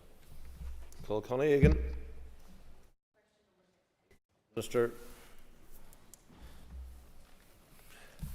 I launched the consultation on the Good Jobs Employment Rights Bill on the 1st of July 2024. My officials and I have been engaging with stakeholders both before and during the consultation. I welcome the constructive engagement to date. The consultation covers 4 key aspects of a good job: terms of employment, pay and benefits, voice and representation, and work-life balance. Stakeholder responses to the consultation will help inform the content of my bill. I encourage everyone with an interest in this important issue to respond to the consultation before it closes on the 30th of September. I am especially keen to hear from workers and employers with personal experience of and views on how to address the issues covered by the document. Ms. Egan. Thank you, Minister. As I'm sure you know, the Employment Act 2016 provides for the making of gender pay gap regulations and requires the publication of a gender pay strategy and action plan within 18 months. Will you commit to working with other colleagues to consider the introduction of these regulations alongside the Good Jobs Bill? Well, we certainly are open to considering what needs to be. It's a very open-ended consultation without any predetermination. So if there are issues that people feel haven't been adequately addressed by the Department over time, need strengthened, may well need legislation, or needs strengthened in terms of the approach to them, and we're very happy to hear about that and to take action where that is possible and where it's required. So, as I say, the consultation closes on the 30th officially, but we're certainly been speaking to people pre-consultation, during it, and we will be speaking to people afterwards in order to chart out an approach in the time ahead. So we intentions to bring legislation here so hopefully by the end of next year, but if there are issues in particular that she wishes to raise, we're very happy to hear about them and see how they can be addressed. Declan Kearney. I thank the Minister for his answer so far. The conclusion of the review scheduled for 30th of September. Can you outline for us the extent to which workers, businesses, the trade union movement have been engaged in relation to maximising their participation, and give us some sense at this point in time as to the quality of the response that has been received? Minister. Well, we have had a series, as I say, the consultation on this began in effect before the consultation document was issued. This is the most substantial piece of employment legislation since the Good Friday Agreement. It's playing catch-up in a lot of areas, certainly in terms of protection for workers. So there has been a lot of proactive engagement to make sure that we have all of the issues that we need to address on the table. We met directly with trade unions, with representatives of employers and businesses from a variety of different sectors. We're meeting with various stakeholders to hear their views in the consultation. That's been a mixture of one-to-one meetings and large events attended by multiple stakeholders. And most recently, on Friday past, the Department hosted a conference with Dr. Lisa Wilson and other experts in the field of employment relations from across Ireland and Britain. So it has been a very constructive engagement. Of course, people will come from different perspectives in terms of some of the issues, and that will be discussed out with them. But I have to say I'm very encouraged by the quality and the sort of constructive nature of the conversation to date, and we have had trade unions, representatives and business organisations in the same room discussing out these issues, and I think that is going to be a benefit in the longer term when we enter into the legislative process and start to bring this bill through the Assembly. We have selection out of us. I do thank the Minister for his answer so far. Minister, in the agricultural sector, employees and workers genuinely, they do face different sets of challenges, and not alone cyclical throughout the seasons, but also daily in terms of the work that they do. Has there been engagement by your department with workers from those sectors, or that particular sector, in regard to the special challenges that they face and how they too can be accommodated within that bill? Minister. Well, at the heart of the bill is providing a minimum, if you like, threshold for protection of workers and workers' rights. So that will apply to all workers in whatever sector they are. There have been engagements with trade unions who represent a broad representation of workers. If the member feels there's a particular gap in terms of one particular sector, we can certainly check with the department to see was there specific engagement with agricultural workers. But if he senses there is a gap there, I'm very happy for department officials to engage them to see what particular issues that they are dealing with. But as I say, at its core, this is about a minimum standard of protection for workers in jobs, to make sure that those terms and conditions apply to people and that their rights are protected, and that's regardless of which sector they come from. Jill Guy. Question 7, Mr. Speaker. Minister. Maximising the opportunities associated with dual market access is key to growing our prosperity. Invest NI promotes the dual market access proposition through its networks of overseas offices in Europe and beyond. It has developed a European programme that will showcase the North as an investment destination. This programme includes a comprehensive online marketing campaign, a series of in-person events, the first of which I will personally attend in Germany in October. Further events are planned for the Netherlands and Belgium. Locally, I want to see our businesses take advantage of dual market access. Accordingly, my officials have initiated a forum with business representatives to co-design support and guidance to navigate this new regulatory environment and maximise our unique trading opportunities. Research has been published which identifies the particular sectors that stand to gain most from access to both markets. Mrs. Guy. Thank you. And thank you, Minister, for that. Just Northern Ireland's relatively strong economic performance has predominantly been in the services sector, although the manufacturing sector should benefit from dual market access. Can the Minister just give a more specific update on just what work has been done by InvestNI to sell the benefits of dual market access, including to potential investors in North America? Yes, well, as the member may know, we just returned from North America. Haven't been there all last week, and it was a very frequent topic of discussion. InvestNI team out there have been presenting similar evidence in relation to what dual market access looks like and will mean. There is an interest there in what it means for companies. So I suppose they're on three levels. Geographically, we're looking at North America, we're looking at Europe, but we're also looking at our own Indigenous businesses, so they fully understand what the propositions are. And that's why that research was done, because as you say, services are very strong, but they may not necessarily benefit so much from dual market access. But we need to ensure that those sectors which stand the chance to benefit the most understand that, but then understand what the rules and regulations are and how they will benefit. And bear in mind, this was only really agreed at this finally about this time last year. It would be under implementation until 2025. So some of it is still evolving. But there is a significant interest, as I said, in North America. When we met people last week, it was a frequent topic of conversation. We had officials there who were able to give advice and guidance to people who are considering investment here. And that's the proposition we're bringing to Europe next month. Intend to go to a number of destinations in Europe and make sure that people fully understand that, because there continue to be, and she will understand as much as anybody, challenges from Brexit which are unwelcome, and there will continue to be challenges for our businesses as a consequence of Brexit, but where there is an advantage, that we have to make sure that we're in a position to take that. Philip McGuigan. Following on from the answers already given by the Minister, can I ask, does the recent HMRC trade data suggest that manufacturing exports are benefiting from dual market access? Minister. Yes, there have been a number of companies themselves who have been out saying that they have benefited from that specifically.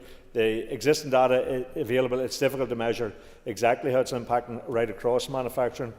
So there is no data on specific companies that are selling to both Britain and the EU to identify exactly how that's happened. But we certainly have had testimony from individuals indicating that they have seen great benefit from that. We have seen a small increase in the goods from the north exported to the EU over the last year, despite a very challenging business environment and cost of living crisis.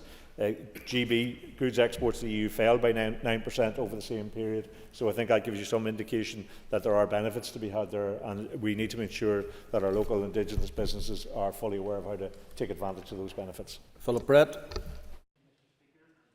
Minister back from his trade visit, and hope those representing North Belfast didn't cause him too much difficulty when he was out there. Just following on the question of dual market access, data published last week shows that manufacturing output is down by 1.1%, and that dual market access has to date not brought any benefit to the Northern Ireland economy. 33% growth is in the service sector, which is of course not covered by the protocol. So can the Minister assure this House that he will continue to focus also on building the European market, but also on the UK internal market, which continues to be the biggest market for companies for investment, but also export for here in Northern Ireland? Minister.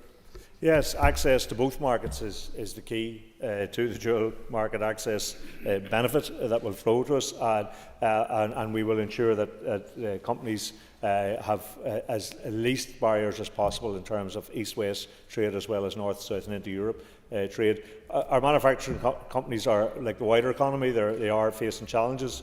The historically high inflation for raw materials, rising wage and energy bills, but the figures published on 12 September show an easing in production output rate of contraction, with an improvement in Q2 estimated 3.5% from 4.3% in Q1. So there is, the Ulster Bank reported in their Purchasing Managers Index report that the manufacturing sector had the highest level of growth and activity and new orders and the strongest level of optimism of any sector. So that points to an improving picture for manufacturing sectors, but I agree with them. We want to ensure that our companies can grow, export and trade as seamlessly as they can, both east, west and north-south. Mark Durgan. Thank the Minister for his answers thus far. Minister, in terms of the McGee Task Force, could the Minister provide us with an update on the publication of its report? Minister. I'm not sure what it's to do with dual market access, but nonetheless, the report was published last week, and I think that this is going to arise perhaps some further questions. But the report was published last week. It's an interim report. It identifies a number of challenges that need to be met in order to realise the ambition, and I'm sure we will get down to meeting those challenges in the near future. Donny Donnelly. Sure. InterTradeIreland's budget reflects their operating need in line with their annual business plan.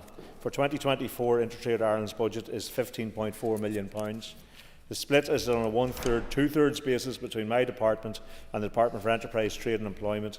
My department's contribution is £5.2 million and DETI's contribution is £10.2 million. It's worth noting that InterTrade Ireland can access additional funding, including from Shared Island Fund, where they will lead on women's entrepreneurship and clustering in partnership with Invest NI and Enterprise Ireland. Mr Donnelly. Thank you, the Minister, for his answer so far. Is the Minister satisfied that this budget is sufficient to match the uplift in pay elsewhere in the public sector, while enabling InterTrade Ireland to carry on and indeed to enhance existing projects? Minister. Well, the consequence of the additional funding we did put in has raised the headcount, if you like, in InterTrade Ireland, I think from about 47 to 65, and they're currently recruiting for that. So that obviously covers the anticipated staff costs in relation to that. Sorry, not Invest in InterTrade.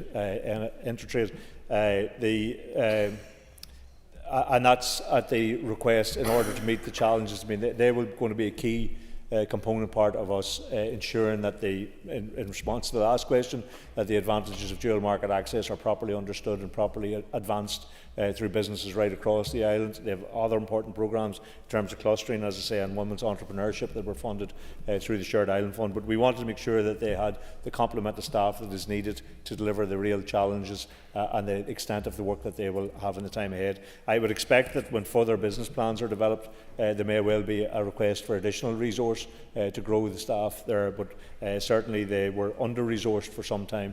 We've now got them back to a point where they have sufficient headcount for the immediate challenges, and we will now look to future plans and of course discuss them at North-South ministerial level with my counterpart in the South. Last week we had the announcement about appointments to InterTrade UK. Can the Minister confirm that there is no money from his department currently going to this body, meaning by de facto it's a window dressing exercise to spare the blushes of his government partners in the DUP when they sold out on the union? Minister. Well, I attended the first meeting of the East-West Council and there's no request for any resource from us. It's going to be, that body is going to be located within Whitehall and resourced from there. So there isn't in that regard a request for resources from us, so no question around that arises. Of course, we want to see as seamless as possible trade east to west and north to south and into Europe and into the rest of the world. And that's why we're being proactive in terms of marketing dual market access to make sure that people understand that. I think that will be of benefit to all our businesses. Of course, Brexit will continue to present challenges to us, unwanted challenges, but nonetheless that's the decision that has been taken in Britain in relation to it. But we will continue to try and meet those as best we can. Could I ask the Minister if the Department will continue to fund InterTrade Ireland at their level of need? Well, we have moved to fund them at the level of need. They hadn't been funded to that level for some time, and we've already moved to do that. I anticipate that as the level of business in association with the area they're working in grows, that might be required to be re-examined over the coming years. And certainly I am committed, and I know my counterpart in Dublin is committed to making sure that they have the resource they need to do the very vital job that we want them to do. Move to topical questions. Call Sinead McLaughlin. Minister, can I ask you about the Northern Ireland Audit Office report that was published last week? It was critical of your department's performance in achieving the strategic goals of the skills strategy.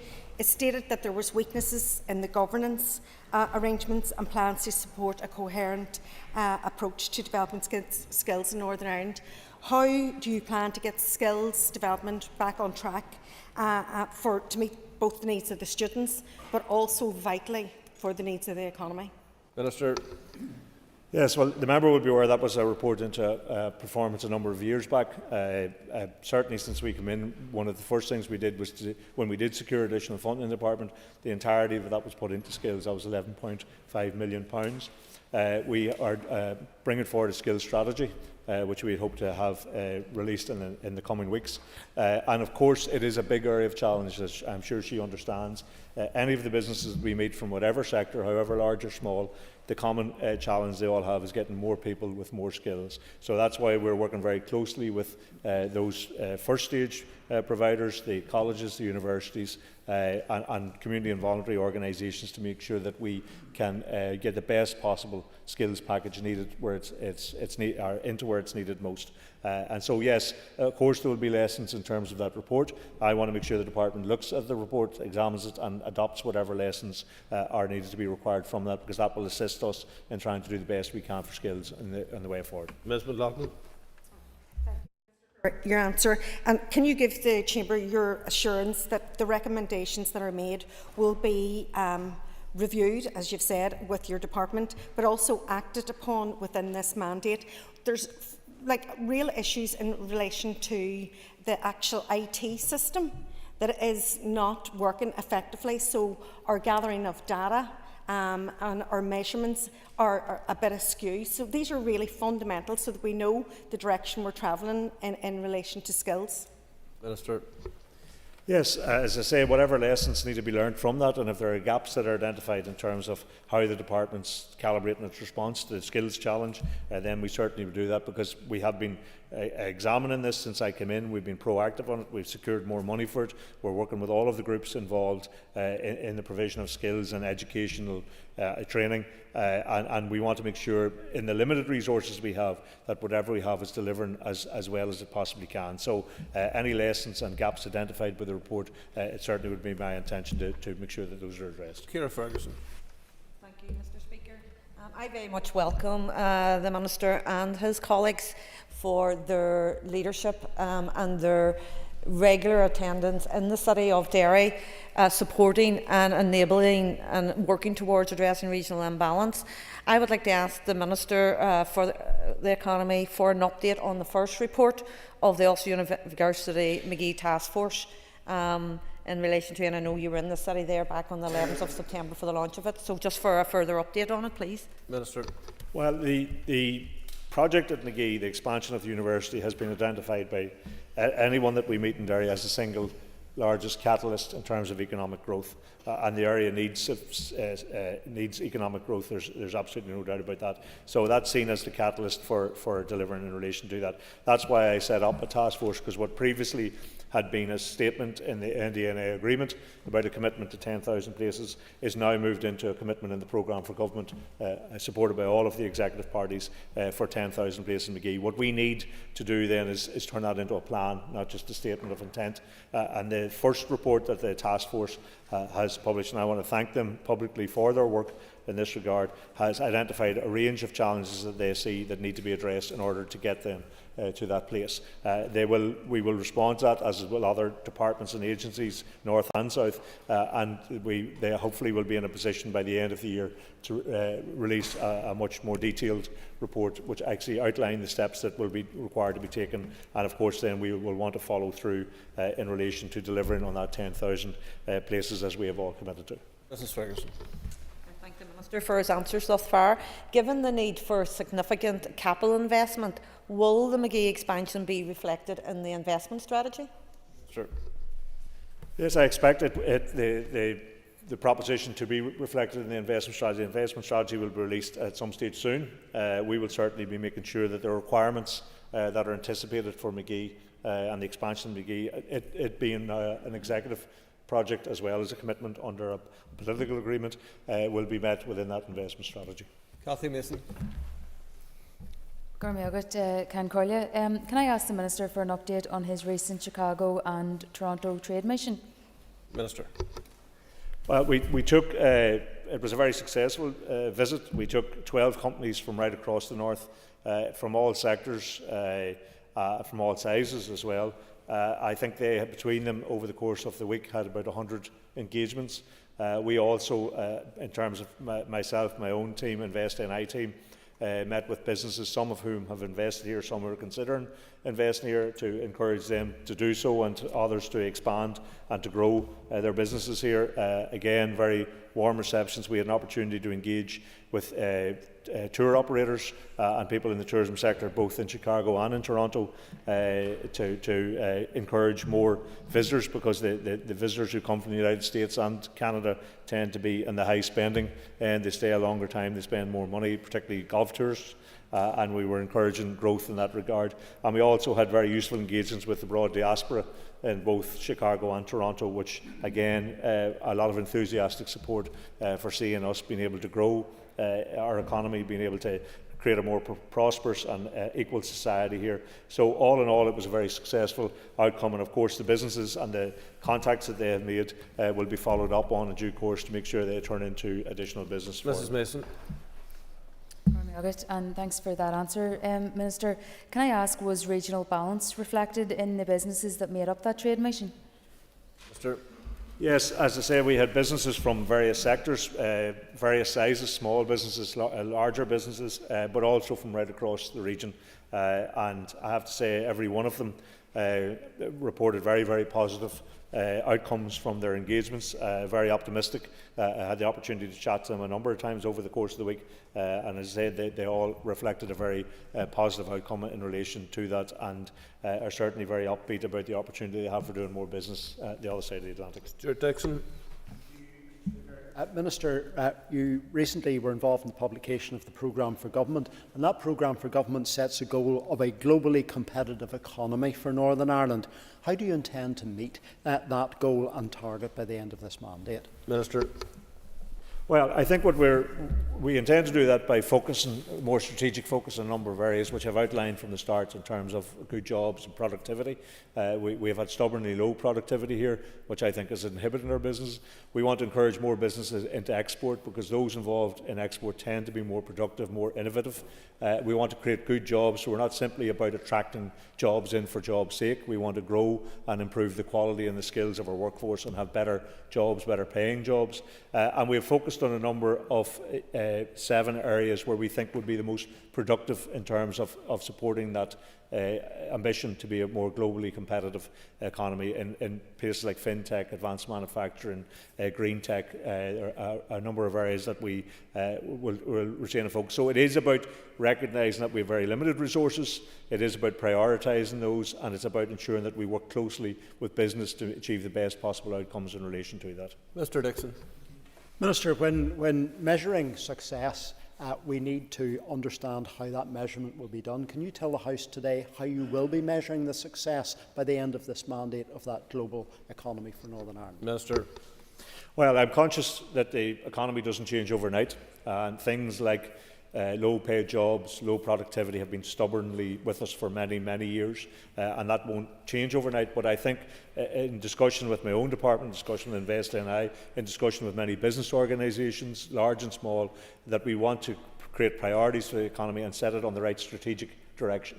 And that's what we intend to do the right trajectory in terms of growth. And so there are measurements in terms of, as I was referring to in previous answers, as to business growth, manufacturing growth.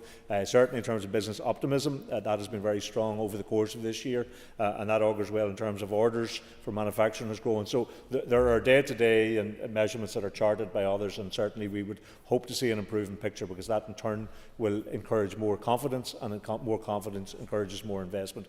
What I want to do by the end of this mandate is have this economy on the correct trajectory, and make sure that we're all pulling in the same direction in terms of economic growth. Nick Matheson. Thank you, Mr. Speaker. The Northern Ireland Audit Office report on delivering the skills for Northern Ireland's future provided an estimate that 35% of vacancies here were attributable to the lack of skills, experience and qualifications. What is the Minister doing to close those skills gaps and fill vacancies? Minister. Yes, as I've said in response to previous questions, we're very conscious of the skills challenge, and from all sectors of our economy, from large businesses to very small business, everybody quotes the same issue. It's get people and skills. The biggest attraction when you go abroad for people coming to invest here are people and skills. That's our biggest assets, but we need to do more of it, and we need to assist, because there could be a stagnation in terms of our potential of economic growth if we can't get more people. Post-Brexit, we don't have access to foreign workers in the same regard as we had prior to that. But we also anyway had an obligation to try and meet that challenge of a large number of economically inactive people and get them back into the workforce. Some of that will be through things like the Childcare scheme, which allows more people more affordable childcare and the opportunity to access employment or training and education opportunities. But of course we need to continue to press that. We don't have the resources that used to be in the Department of Economy for that, but we have allocated significant resources at the start of the summer. All of the additional money you got, we put into skills, because it's the most crucial area. And we need others to work with us in that regard. So we need to make sure the colleges are working as efficiently as they can. The other skills providers are working as efficiently as they can across the sector with that. And businesses themselves are contributing to that, because they're the people who are asking us to create pools of workers that are available for employment, and they need to work with us in that regard. So there are challenges, undoubtedly, and if we had more resources we could do an awful lot more. But I think we are working very hard with all of the people who are in, actors that are in that sector, to try and make sure we get the best possible outcome. Deborah. Supplementary. Right. Nick Matheson. Thank you, Mr. Speaker. You don't want me to get my supplementaries in today at all. Thank the Minister for his answer. Can the Minister detail how he will ensure that vacancies are going to be filled in the 7 sectors that you have identified as priority sectors for the Northern Ireland economy? Minister. Well, I think what we have to do is just continue trying to improve on what we're doing, to make sure that we make sure that we understand the needs of those sectors, and that's why in the larger companies can come forward with programmes which we've done, skills academies for many of them, and those have been very successful in getting people a guaranteed interview and a high proportion of them into jobs in that sector. We're encouraging smaller, because we are a small and medium enterprise economy, we're encouraging small and medium enterprises to come together and cluster, so we can provide skills academy for them to try and make sure that they have a pool of people from who they can interview and engage, hopefully, in the time ahead. So there are a range of measures that we can take to try and do that, as I say, and we want to fill the gaps that were identified in that report. Now we want to fill the gaps in terms of where we think there are deficiencies in the approach in doing what we're doing. But there's always a challenge, because we don't have the resource. If we had much more resource, we could do much more in that area. But we will work closely with everyone we can to try and achieve that outcome. Deborah Erskine. Thank you, and I thank the Minister for his answers so far. A total of nearly 11,500 children have been registered for the Childcare subsidy scheme delivered by the Department of Education. Could the Minister detail what steps he has taken with Invest NI to deliver a scheme for childcare for childcare providers, with the $2 million allocated to his department in May 2024? Minister. Well, we're doing more in the area of further and higher education, so we can provide more childcare support to people who wish to take up, in certain circles, people who wish to take up educational opportunities, so we can provide support for them in that arena. Of course, Invest NI we're working with the Department of Education in terms of that scheme that they're doing, because Invest NI have that business expertise which the department doesn't necessarily have, to bring as to how that would roll out through supporting childcare businesses and others, and providing a more subsidised form of childcare. So all of the departments are working closely together in trying. This is an executive priority to get the childcare scheme developed, where we have individual responsibility within our own department in areas like further and higher education, of our other skilled provision, of offering assistance to people who want to come into that for childcare opportunities. That's where we will provide resource and money to make sure that people who want to come into education or skills provision have an opportunity to access more affordable or support, at least, for childcare provision. That brings to a conclusion. Questions to the Minister for the Economy. Yes, point of order, Mr. Duggan. Regarding Executive Office question time. Is it in order, Mr. Speaker, for a Minister to wash their hands of, or to try and remove their department's fingerprints from a project that would not or could not have proceeded without that department's support? It's bizarre that the First Minister earlier told us that the Peacemakers Museum had nothing to do with the Executive Office, when the former Permanent Secretary of that department had previously conceded, and I quote, "TEO did not carry out due diligence in relation to ensuring that the Hume family's views had been properly communicated to TEO," and even said that TEO officials would welcome the opportunity to apologise for and address this with the Hume family. It would appear that the First Minister has no issue with the rewriting of history. Well, it's never in order to mislead the House, and I'll say that to all ministers, that you must come with the truth to this House. That's absolutely critical to the integrity of this Assembly. So I will do some background work into this, and I'll come back with a further ruling on this matter, Mr. Durkin, given what you have raised is quite serious. Thank you, and if members would take their ease before we move to the next item of business.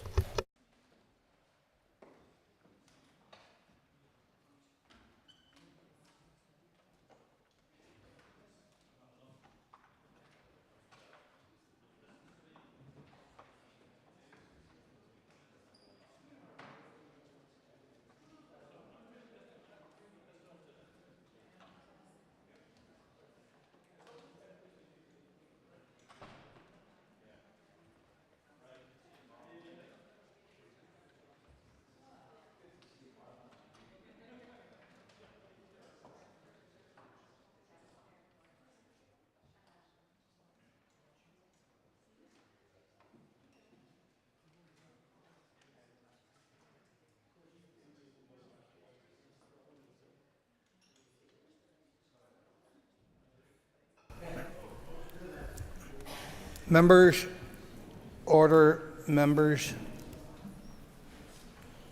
The next item of business is a motion to approve a statutory rule.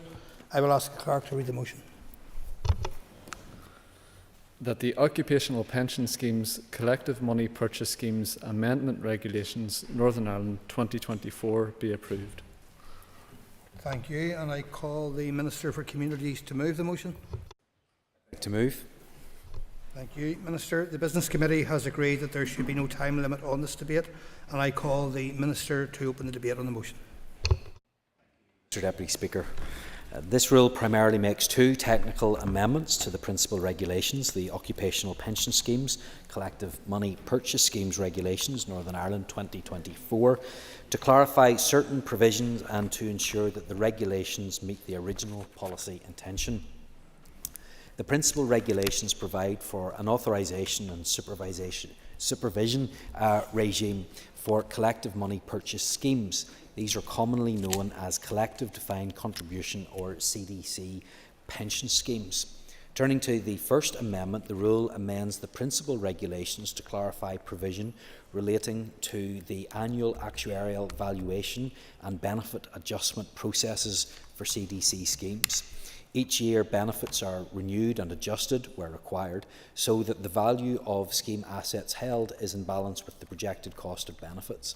A balance needs to be maintained between the value of the available assets of the scheme and the amount needed to provide the target benefits to members on an ongoing basis. The intention is to provide that where a cut to benefits must be made due to an economic downturn, the trustees of the CDC scheme can smooth the impact of the benefits cuts on members over 3 years. This is called a multi-annual reduction. The mechanism helps to reduce volatility and to ensure that the current and future benefits remain relatively stable. If this were not done, the benefits of the recovery would likely go to future pensioners, and this would not be in line with the principle that, as far as possible, all members, that is, current pensioners, those who are currently accruing benefits and those who are not contributing but have rights to a future pension from the scheme, should all share in the upsides and downsides at the same time. The rule also ensures that information about any multi-annual reduction and subsequent offsetting must be reported to the pensions regulator in the actuarial valuation to ensure proper oversight. The second amendment ensures that where a scheme winds up, a beneficiary's accrued rights are transferred to suitable pension schemes or alternative pension arrangements. A key element of the wind-up process is calculating the share of the fund for each person who is a beneficiary at that time. The scheme rules may provide that that person be a member, but could include a spouse, a child, or a person financially dependent on the deceased beneficiary. The intention has always been that if that beneficiary dies during the winding up period, the pot allocated to them will not be extinguished, but be reallocated among their successors, whereas scheme's rules provide for this. In conclusion, the rule provides clarity for CDC schemes moving forward by more accurately reflecting the policy intention, and I beg to move. Minister, for opening the debate, I call Colin Gildernew, Chair of the Communities Committee. Agat, Lascan Corlia, I rise as Chair of the Committee for Communities to express the Committee's support for the motion that the Occupational Pension Schemes Collective Money Purchase Schemes Amendment Regulations 2024 be approved. The Committee first considered these Lascan Corlia at regulations at SL1 stage during its meeting on Thursday 29th of February and was content for the Department to proceed with making the rule. Committee later approved the statutory rule at our final meeting before the summer recess on Thursday 27th of June 2024. To refresh members' memories, for any of you who may not be familiar, these regulations make a number of technical amendments to the occupational pension schemes. The purpose of these changes is to ensure that collective money purchase schemes function as intended. The schemes provide retirement benefits based on collective contributions, and the changes in the regulations before us today aim to strengthen their governance and protect their members' interests. Allow me to briefly summarise the key provisions. Firstly, they will ensure that increases to benefits are made to offset any planned multi-annual reductions, so members' benefits are safeguarded during periods of adjustment, as the Minister has outlined. Secondly, they specify details that must be included in actuarial valuations, which is important for assessing the financial health of the schemes. And thirdly, they specify additional types of funds to which benefits can be transferred and offer alternative ways for schemes to discharge their liabilities to members if a scheme is being wound up. This is an important safeguard for members' financial security in such circumstances. In essence, these amendments are technical in nature, but key to ensuring that collective money purchase schemes operate smoothly, are governed responsibly and continue to serve the best interests of their members. As I have outlined, after consideration and scrutiny, the Committee is content with the proposed changes and believes that they will enhance the stability and transparency of these schemes. Therefore, I am pleased to recommend that the Assembly approves the Occupational Pension Schemes Collective Money Purchase Schemes Amendment Regulations NI 2024. Thank you. And there being no other speakers listed, I now call on the Minister of Communities to conclude and wind on the debate on the motion. Thank you very much, Mr. Deputy Speaker. Well, this has been a fascinating debate. I'm sure everyone will agree, and I know that we're all looking forward to rewatching our contributions when they lead the evening news later on tonight. But I sincerely do want to thank the committee for their work. On a serious note, the CDC schemes will be an important addition to the UK pensions landscape, and this rule provides clarification to more accurately reflect the policy intentions. So I'm grateful to the committee for their work and the consensus we have across the chamber. Thank you. Minister, thank you. Members, the question is that the Occupational Pension Schemes, Collective Money Purchase Schemes Amendment Regulations Northern Ireland 2024 be approved. All those in favour say aye. Contrary, no. The ayes have it. The ayes have it. Item 5 on the order paper, the adjournment. The question is that the Assembly do now adjourn. The Assembly is adjourned.